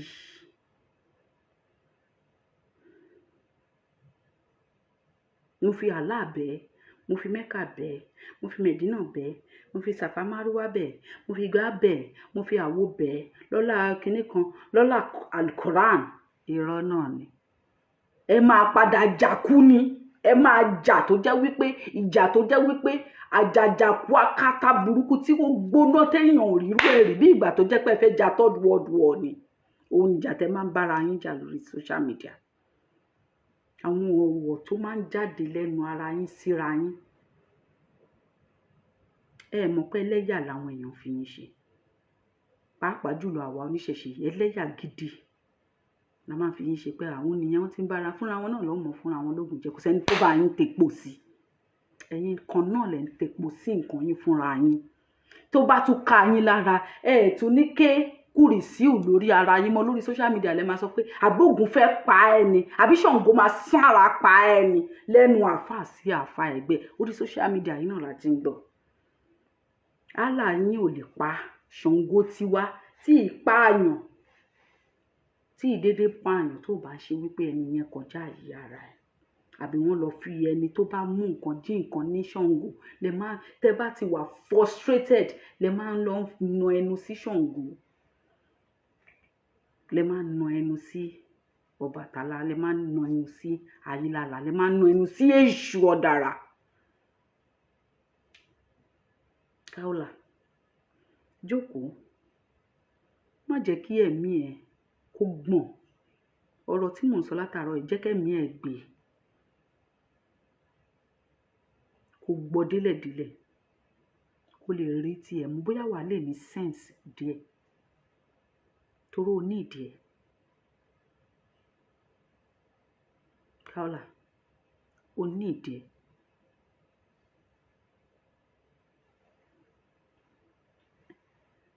Ìwọ rí babaláwo kan àbúrò pé babaláwo àtàpẹ̀tẹ̀ bí ẹ̀wọ̀n kì í pínyà ni nígbà tẹ́ ẹ̀ mọ̀ kankan nípa ìṣẹ̀ṣe wọ́n máa ń pínyà dáadáa. Ó yá babaláwo mélòó ló ti rí tóun àti torí ìgbà yẹn lè máa sọ pé àwọn babaláwo máa ń fògùn fẹ́yàwó wọ́n máa dèyàwó yẹn pa wọ́n máa ṣe kinní kan àwọn oníṣègùn náà kinní kan àwọn oníṣẹ̀ṣe tó bá ti lè bọ́ sọ́wọ́n ẹ̀yin àfáà yìí náà lẹ máa àwọn àfáà tó léyìn wọn tó ti di eyín góró tó dàbí òkú ọkọ ọba eléyìí wàǹṣà Ronaldo àbí Ronaldinho àbí kí ló ń pè tó máa rí yín tẹ máa họ́gìlì ẹ máa họ kì í ṣe pé họ́gìlì níta nìkan oníkúrú náà ni yín oníkúrú náà tó nínú ọ̀dà ni ẹ ti rí ìta ẹ ti rí bó ṣe rí náà ẹ wá mọ̀ pé inú ẹ̀ gan baddest. Báwo ni àwọn àfáà wèrè tó jẹ́ pé wọ́n máa wé òṣùkà tí wọ́n ti dàbí kò jọ wèrè kò já sínwín wọ́n wá lọ fẹ́ beautiful lady in her prime wọ́n wá gbé sílé wọ́n á dẹ̀ máa bà sùn ọmọ yẹn ò dẹ̀ ní lọ nígbà tó bá ti bímọ méjì mẹ́ta ojú ẹ̀ á wá là.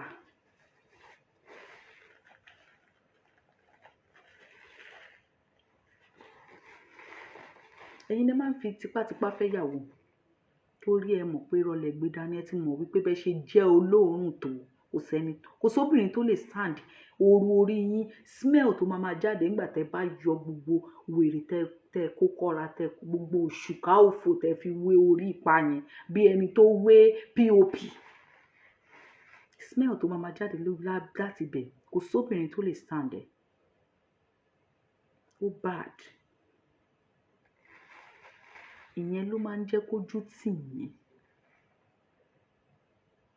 kò sẹ́ni tẹ́ lè dẹnu kọ tó máa wà ní right senses ẹ̀ tó máa fẹ́ ẹ tírú ìwọ tó ò dá yẹn tó wá lọ fẹ́ obìnrin tó wá dáa báwo lo ò ṣe ní ìgbà tó yẹ pé o ti ro légbèsí ayé ẹ̀ pin o ti mọ̀ wípé kò sẹ́ni tó máa lè dúró tì ẹ́ pẹ̀lú predicament tó kóra ẹ sí yẹn wàá wá fẹ́ obìnrin tó dáa wàá wá tún wá ní o ti sọ di ẹlẹ́hàá. Kaola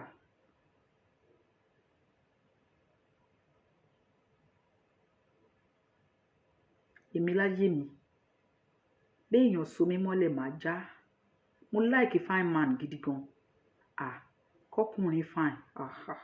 Ìyá àgbà mi ló fi kọ́ wa. Yorùbá mi ṣé o máa fọ èmi ń dà o ń lè jẹun rẹ̀ ń lè jẹun rẹ̀ dá that is mi ò dá mi ìdẹ̀ lè jẹ nǹkan tí ò dá. Ìyá àgbà mi nìyẹn.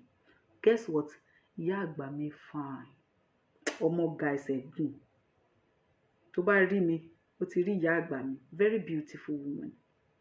But ó sì máa ń sọ wípé òun ò dá, òun ò lè jẹ nǹkan tí ò dá. Tó bá rí grandfather mi, mi ò ní handsomeness bàbá yẹn. Bó ṣe burú tó nínú Islam, ó ní àwọn chin kan, àwọn chin tó máa ń drop, tó wà obvious, tó máa ń ní mark báyìí. Á fine pa nílé wa. Tó bá rí àwọn ẹbí mi, wàá lọ fọ ọwọ́ ẹ̀ kó tó fọwọ́ kàn wá. Bá ṣe dúdú rèé o, dúdú wa ń dùn ni. Tó bá ti rí mi alábìjọ gidi gan.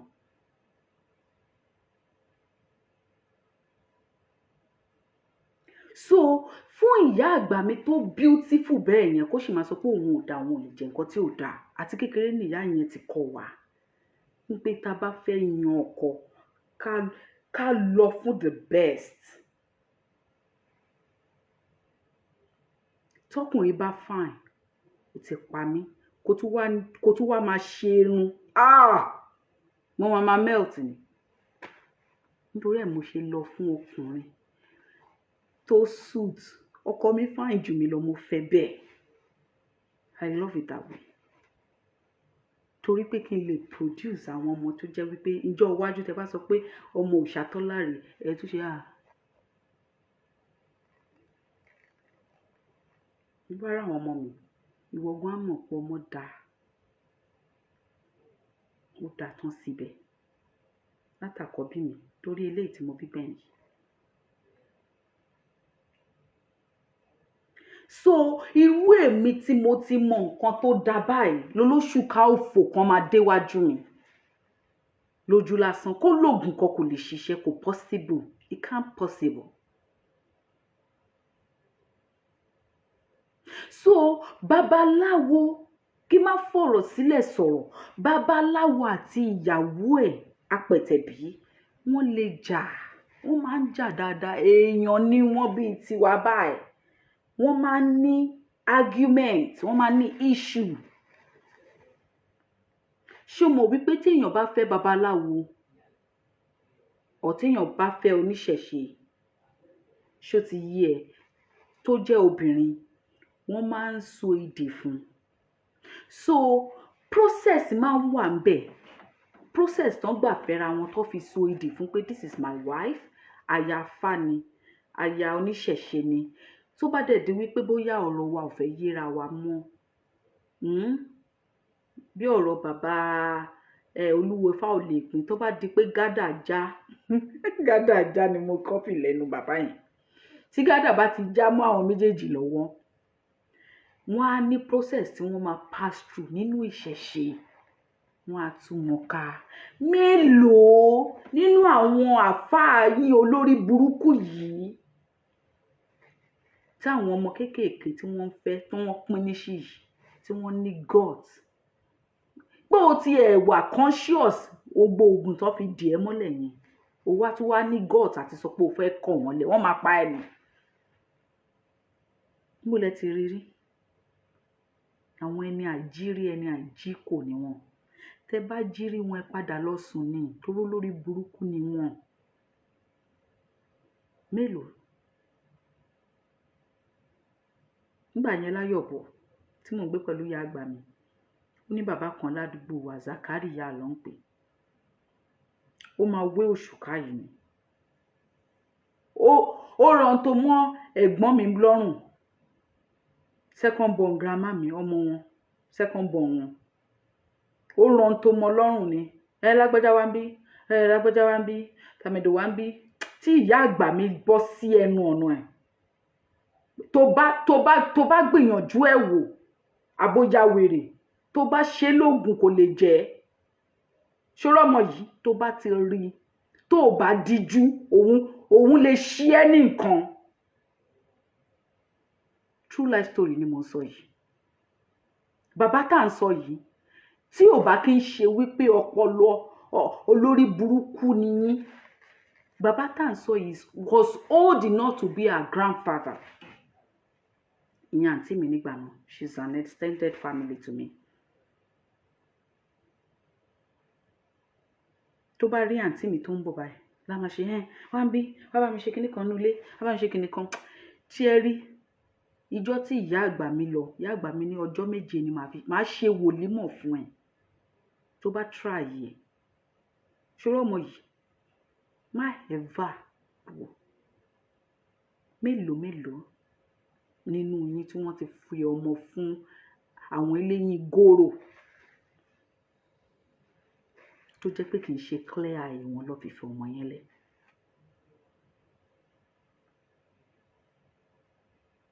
Apẹ̀tẹ̀ bí babaláwo mélòó ló ti rí tí babaláwo yẹn tóun àti ẹ̀ wá jà tí ó wá gbé ìhòhò ẹ̀ bọ́ síta.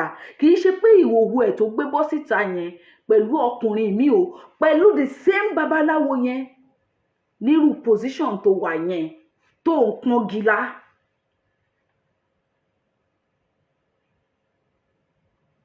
Irú babaláwo wo ló ti rí irú ẹ̀ rí?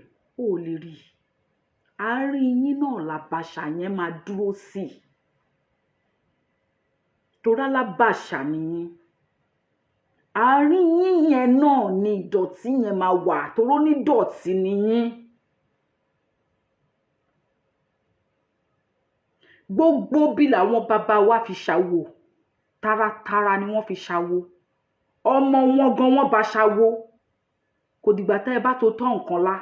Ọmọ tán bí tán finú wọn bí àwọn ìyá wa àtàwọn bàbá wa bá ọmọ wọn bá ṣàwo ni. Gbogbo nǹkan ni wọ́n believe wípé ìmùlẹ̀ wà lé lórí.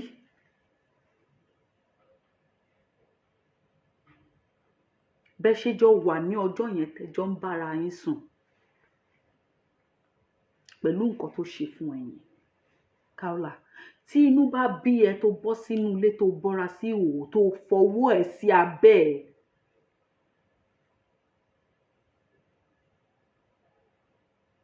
Tó pọ́nlá fún, tó bẹ́ fún.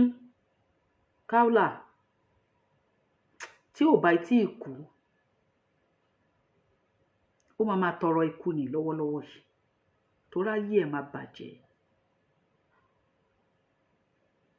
Èmi ò dẹ̀ sure wípé o ò ní bẹ́ẹ̀gì fún rí torí nǹkan tó ṣẹlẹ̀ yẹn ó dùn ẹ́. Ó dùn àwa tá jẹ́ obìnrin ẹgbẹ́ ẹ̀ ká máa ní ẹ̀wọ̀. Babaláwo mélòó lórí? Ó fẹ́ seek vengeance lára ẹ̀. Lára ọgbọ́ sórí wípé ẹ̀yin ẹrú ẹ̀ kì í ronú ọjọ́ kan tó ń dùn bẹ́ ṣe máa ń ṣe nìyẹn. Kò ronú ọjọ́ tẹ́tíjọ́ bára yín dámọ̀ràn. Kò tiẹ̀ tún ronú wípé ìfẹ́ ẹgbẹ́ kan tó sì ní fún.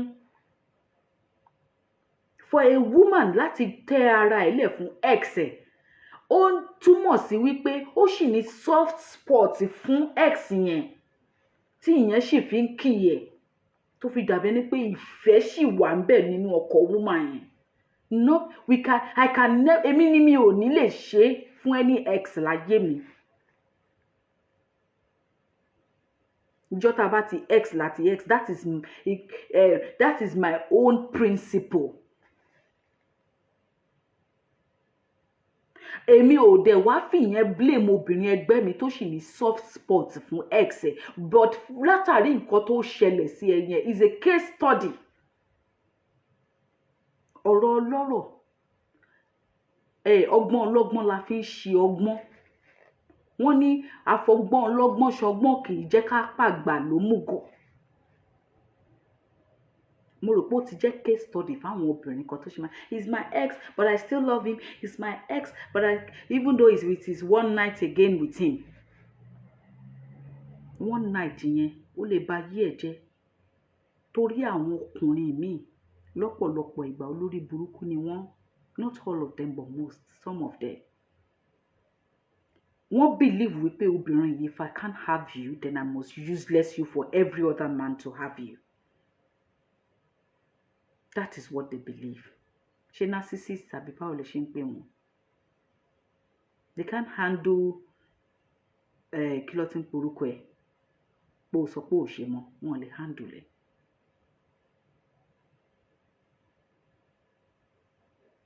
So Kaola, it's not your fault that it happened that way. No, no one is blaming you for it. But the blame tèmi ń fún ẹ ni wípé o mọ oore, aláìmoore ni ẹ́. Ṣó ti yé ẹ? Mi ò sọ̀rọ̀ nǹkan tó ṣẹlẹ̀ sí ẹ kò kan ìgbésí ayé mi.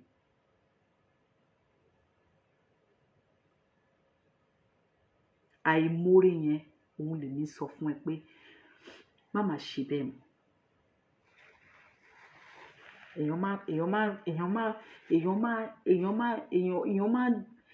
Èèyàn máa tiẹ̀ ń show appreciation even though you cannot come out láti sọ wípé mo dúpẹ́ lọ́wọ́ gbogbo ẹ̀yin ẹlẹ́bọ o, gbogbo ẹ̀yin kìrìsìtẹ́nì o, tẹ́ ẹ dúró tì mí nígbà sága yìí o. No, your action will say it all. By not putting your filthy mouth nínú nǹkan tó wà nílẹ̀. I'm sorry I'm insulting you and I'm not also sorry because ìwọ ló fọwọ́ ara ẹ wá. Ó sọ̀rọ̀ kan nínú fídíò ẹ̀. Ó ní tí wọ́n bá ń pè wá lẹ́lẹ́bọ, òun ló máa ń dùn wá. Mo ti sọ rí wípé ẹ má pè ẹlẹ́bọ nìkan, ẹ bá wa fi elétùtù mọ́. À ń rúbọ, à ń ṣètùtù, bọ́gí bọ̀pẹ̀ ni wá. Ẹ má máa pè láàbọ̀ mọ́, ẹ máa bá wa mú lódindi. It is my pride. Kí n tó wá sórí ètò lálẹ́ yìí, ṣó fẹ́ gbọ́ Olódùmarè ń gbọ́ gbogbo àwọn igbarúmọlẹ̀ ń gbọ́ níwájú Ọlọ́run àti ènìyàn. Kò sí oṣù kan tí mi ò ní rúbọ, ó kéré jù lẹ́ẹ̀mẹ́ta. Kí n tó wá sórí ètò lálẹ́ yìí mo ti rúbọ. Ẹbọ ni strength mi. Ẹbọ ni mo fi ń ní. Kódà tó bá tún wá gbé gbogbo ẹ̀ kúrò ńbẹ̀ lẹ́yìn ẹbọ náà ni. Mi ò mọ ohun tó ju ẹbọ lọ. So tó bá ń ṣe ẹlẹ́bọ yẹn ó pé kó pé. Ẹlẹ́bọ elétùtù bọ́gí bọ̀pẹ̀. Wá sọ pé tó bá ń pè wá lẹ́lẹ́bọ ó máa dùn wá. Ẹ̀yin tí mò ń pè ní ẹ̀yin ẹrú yìí dà, orí yín ṣe ń wú lójoojúmọ́. Ìyẹn ni pé ẹ̀yin náà something in your brain is telling you that ẹrú yẹn is absurd. Ó ṣe nǹkan tó dùn gbọ́ sétí. Ó rí ni. Ó yẹ kó try kó scroll page mi down.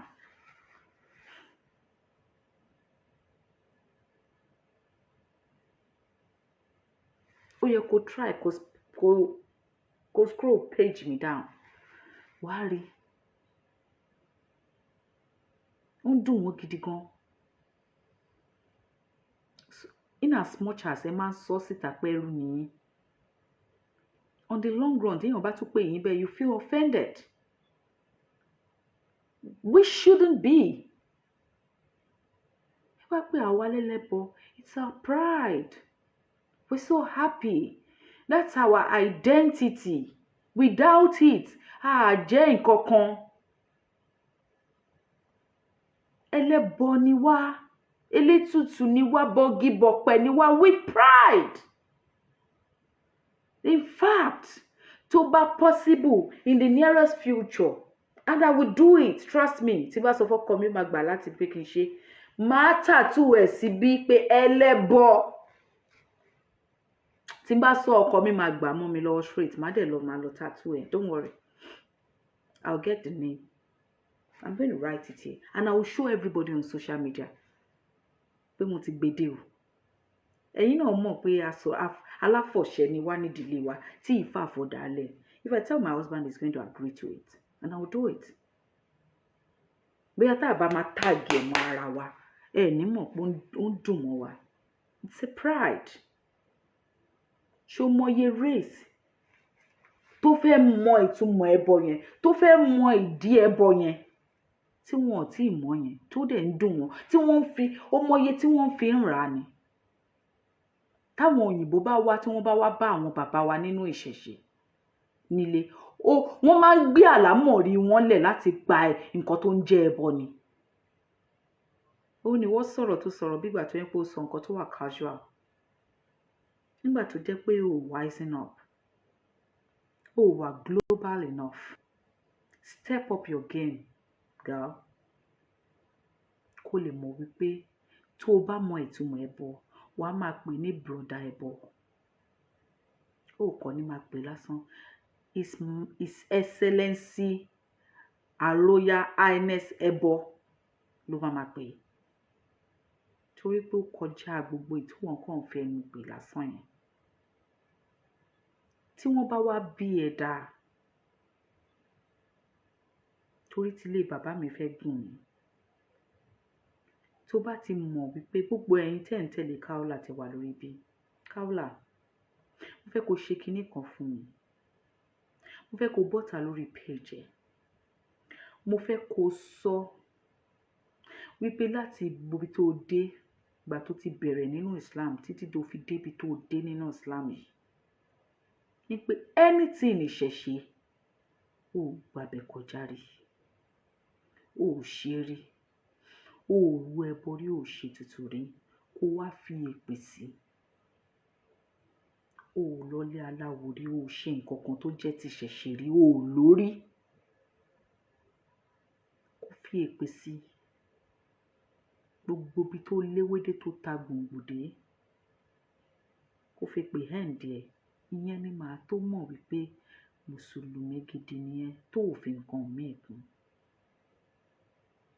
Bá ti lè ṣe bẹ́ẹ̀ bí bàbá tèmi.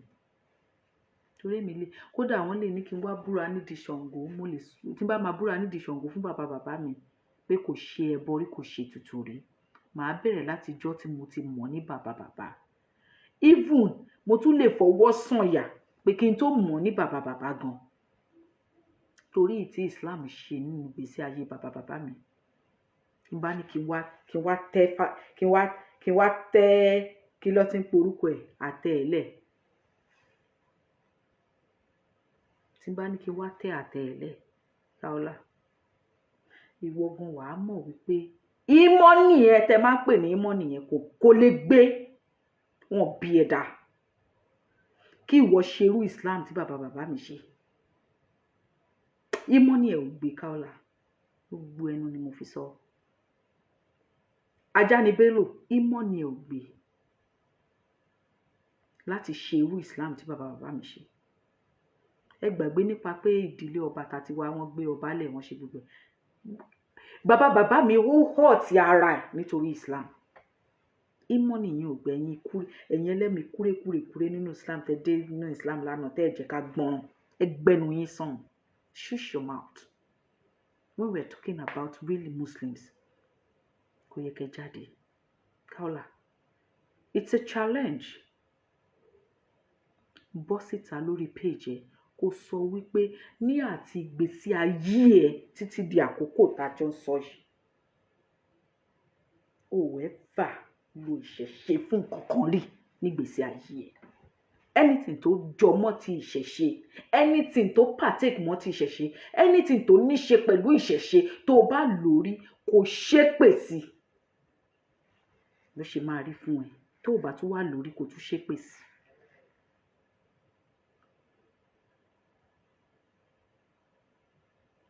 Tí ẹ̀mí ẹ̀ bá ti gbèrú ẹ̀, báyá wá ní wọ́n ń bully ẹ̀. Jẹ́jẹ́ ni wàhálà máa ń sùn. Yanga náà ló máa Yanga àbí báwo ló ṣe máa ń pè. Ló máa lọ ń jì.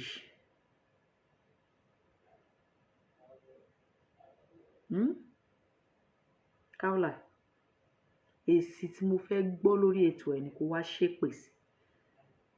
Má máa jẹ́ ká máa sọ ọ̀rọ̀, ká máa gba ọ̀rọ̀ bí ẹni gba ọ̀há ọtí láàrin ara wa. Èmi ò sí lórí level yẹn. Still, I'm not justifying whatever you have passed through to be right. Take note.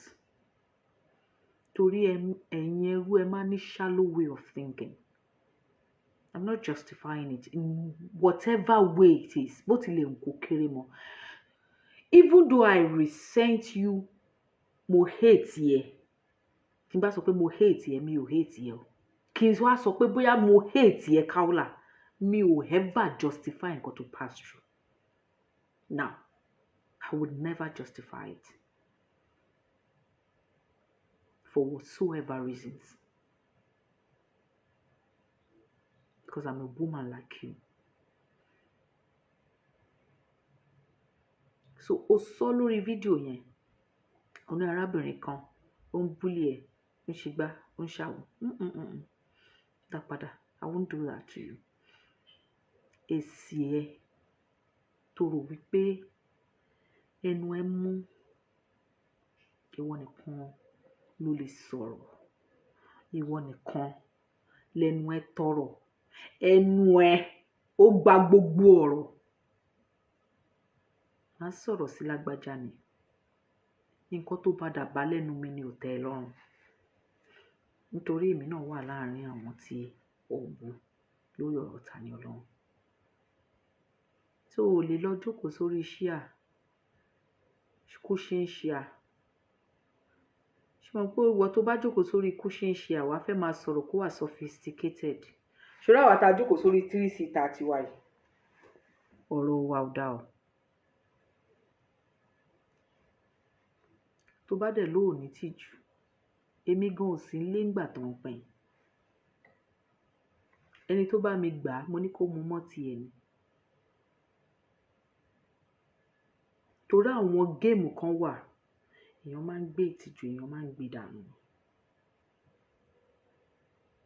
Ṣó ti yé ẹ? Tó bá rò pé o lè play géèmù inú ẹrọ̀fọ̀, àwọn kan máa bá ẹ play géèmù inú sọ́kàwé. Ṣé mo pẹ́ ẹrọ̀fọ̀ lásán ni? Kò rùn sọ́kàwé. Wàá jẹ̀gbẹ́ yó. Aṣọ ẹ̀. Kaola, mo tún sọ. Mi ò justify nǹkan tó ṣe ẹ́ o. Even up till now. Mi ò like Saheed Shittu. Mi ì dẹ̀ lè like ẹ torí ọ̀rọ̀ ẹ náà ni. O bá di lọ́la kó wá bú mi, mi ì lè like ẹ. O mọ̀ dí torí mi ń ṣerú bíi tiẹ̀. Èmi ò gbàgbọ́ nínú wípé torí èmi àtẹ̀yàn ń jà. So enemy ẹ̀, èmi ò ń jogún enemy. Tó bá ti ṣe nǹkan tí to me tí mo ti wí pé kò dáa, ó tán nìyẹn, èmi àti ẹ, it's finished. Kò lè di lọ́la kó rí mi fi mọ hélì Saheed Shittu àbí kí ló ń porúkọ. Because that one thing he did, trust me, gbogbo obìnrin, rightful thinking obìnrin, they will hate him. Gbogbo obìnrin tó wà ní right senses ẹ̀, wọn ò ní fẹ́ràn ẹ̀. Torí kì í ṣe ìwọ nìkan ló yẹ̀yẹ́ Kaola. Bóyá kó lè yẹ dáadáa, gbogbo àwa obìnrin ló yẹ̀yẹ́. Kó lè mọ̀. Kì í ṣe ìwọ nìkan. Gbogbo àwa obìnrin pátápátá ló yẹ̀yẹ́. Torí obìnrin ẹgbẹ́ wa ni ẹ́. Ṣó ti yé ẹ? Ṣé mo pé ẹrú ò kí ń ronú bẹ́ẹ̀? Ṣé mo pé ọmọ nìkan ló máa ń ronú bẹ́ẹ̀? So ọpọlọ tiẹ̀ lè máa gbé débẹ̀. Ṣó ti yé ẹ? Kaola, jẹ́ kó gún mi. Má jẹ́ kó dàbí pé bully ni mí. Má jẹ́ kó dàbí ẹni pípé ẹni bí ni mí. Má jẹ́ kó dàbí ẹni wípé mi ò dáa. Ṣó wá rí? Mo wá ń sọ látàlẹ́ lọ after this response. Oh, bá sọ dọ́là. Even kó fún mi ní èsì eléyìí tí mò ń béèrè lọ́wọ́ ẹ̀. I will just know in my mind pé o ti fún mi lésì.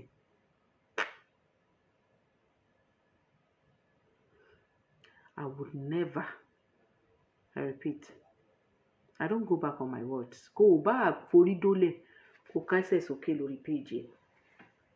Never. Torí what time? Ẹ̀kọ́ tí mo fẹ́ káwọn èèyàn kọ́, òun ni mo ti sọ jáde lálẹ́ yìí. Wípé èèyàn kì í fi ibi ṣú olóore.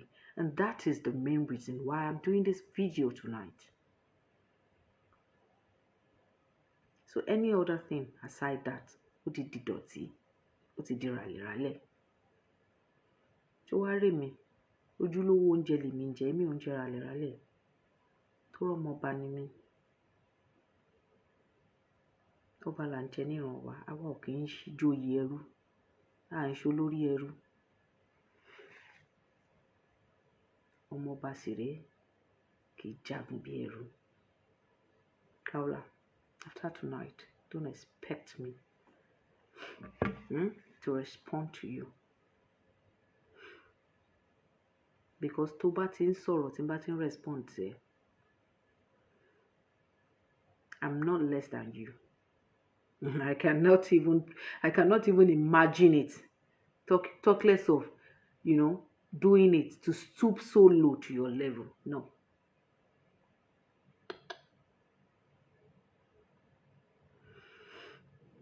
This is as far as I can go.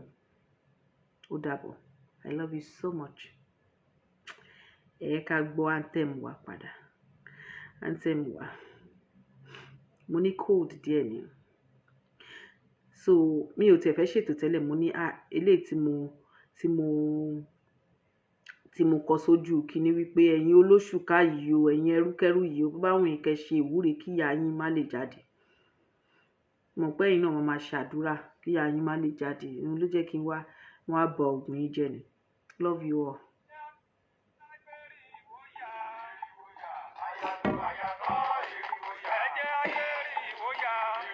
You try. Wọ́n kí tí bá ti ṣe tán báyìí pa wá.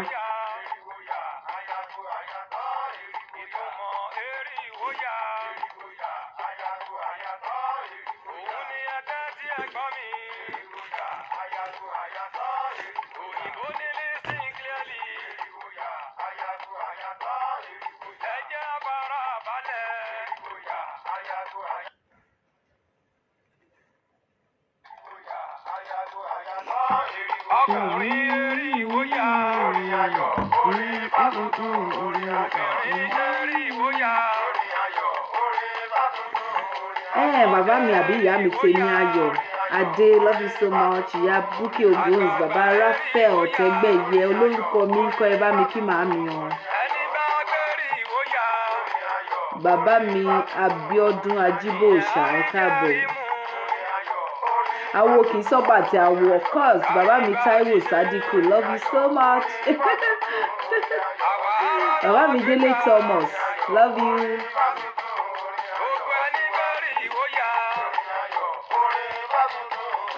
Bàbá mi Ọlámilékan Sóbò. X na X o, that's all. Mi ò fi ṣe ká o, that's my own policy. Láti sisi mi báyìí policy mi nìyẹn o. Tó bá ti X o ti X nìyẹn. Eriwo ya, ayagbo àyàtọ̀, eriwo ya. Ébà. Mi ò mọ bá ṣe ń díjú Ọlọ́run. Bí mo ṣe fáìn tó kí má lè rà, kí má lè fojú mọ́ mi. Mo máa díjú bí ẹni tó fẹ́. Ó yẹ kí n máa lo sexy eye pẹ̀lú ojú mi kí mo. Ó yẹ kí n máa lo. Mi ò mọ̀. Ìwé nǹkan tí mo ètì pé mi ò mú wá látọ̀run ni. Àkókò yóò lè fa òun.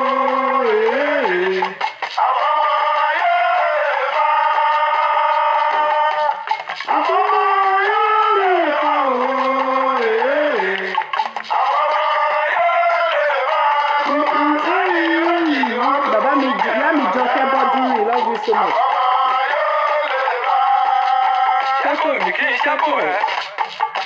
Ọ̀rẹ́ ní ìṣàborí egungun àtàlà ní ìṣàborí òrùlé. Adé àwòrán yí ẹ̀rù tí ó lálàálá tí ó fẹ́ gbà. Ẹ̀mí àwọn olóṣùká ò gbé kalẹ̀ yìí. Ìrànjẹ́ òde Ọ̀rọ̀ yẹn pọ̀. Ó dò ó fẹ́ ké. Òun wá ẹ̀lú jù ló wà. Ìrànjẹ́ òde òun yí ẹ̀lú jù. Ire gbogbo táwọn wá ẹ̀lú jù ló wà. Ìrànjẹ́ òde òun yí ẹ̀lú jù.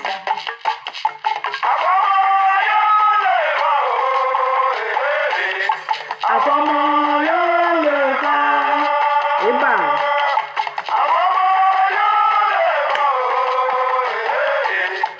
Àfọmọ yóò lè fa kó máa sẹ́ni méjì. Ibà.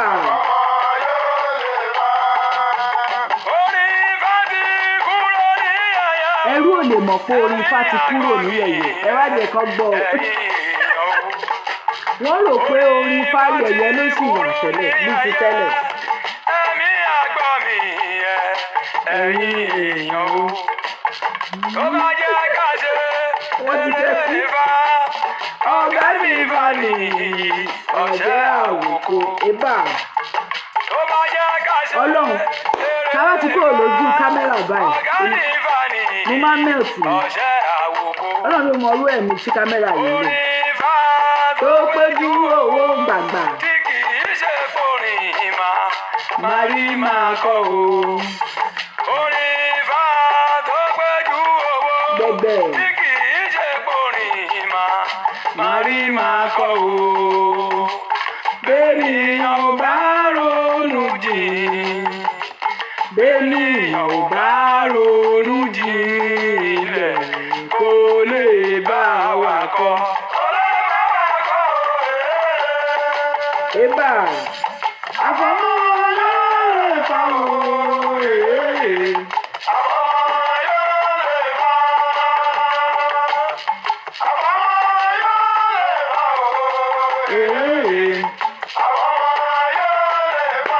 Ọmọ sẹ́yìn méjì. Àfọmọ́ yóò lè fa. Àfọmọ́ tó ń yan nílé Ifá ni ó yá. Ẹ ṣeun bàbá ayé kò tọ́.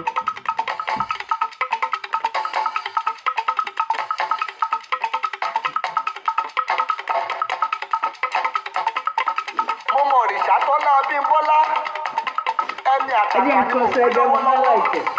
ó kárí ẹyin lójú òòṣà ó mojú òòṣà dáadáa òrìṣà Tọ́lá ò Abímbọ́lá mo kí ẹ dáadáa mọ̀ Mo fẹ́ máa ṣíjú, mo fẹ́ máa jíjú. ẹ̀yin ò mọ̀ wípé babaláwo tó bá ti mékè mọ́ fàlàjọ ẹ̀ pọ́n oníṣègùn tí Bàálẹ̀ ìbílẹ̀ kó mọ̀ wáyé tó ọ̀gbìn sí ìní ibi rẹ̀ ní ìní ìlú lárí mọ́mọ́. ẹ̀wù Ṣùgbọ́n máa tún lé ayé òrìṣà wa. Tọ́lá lórí òdodo òdodo ní jẹ́ kó gbogbo máa lọ dáadáa ó kárí Abímbọ́lá òrìṣà Tọ́lá mọ̀ ṣe pàtó. Àwọn kan dẹ̀ wà wọ́n bó ṣe họ́gì tó wọ́n mọ bó ṣe ń síjú èmi tí mo wá fàǹdà ní ìmọ̀ tó sùn. òní ṣubú òní kú ní kékeré ọ̀wá ní fòdòdó sọdún lágbára olúwa wa máa fojoojúmọ́ rí ṣe. Àṣẹ o. Òjàtọ́lá ò Abímbọ́lá Ìjókòó ọmọ ọba ó yàtọ̀ sí ó ìjókòó ti ẹrú. wà lókè o ní wálẹ̀ o.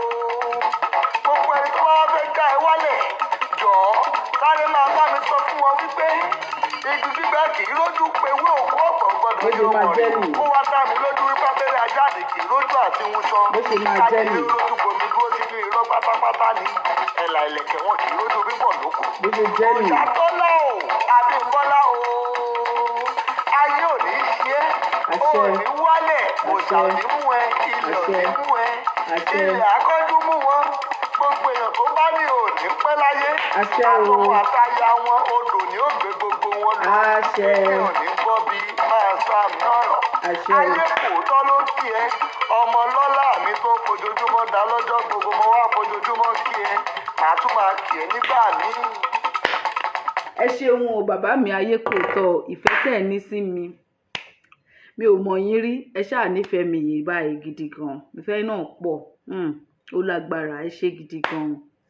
Ẹ̀yin èèyàn mi ẹ bá mi máa ṣèwúre fún mi tí ẹ mọ̀ wọ́n rí. Ìtìrìsìn gbọ́ pupa ni o, gbọ́ dúdú ni o. Grandpa a ti ṣètò tán kẹ́yìn tó wọlé.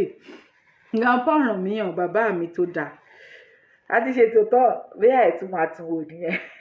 Bọ̀ ẹ lọ sùn, ẹ ní ìdá ti sùn tó bá di lọ́la ẹ máa wò ó. I love you so much. Àǹtí Magí mo rí yín bẹ̀ yẹn, mo ti dá yín mọ̀ bá.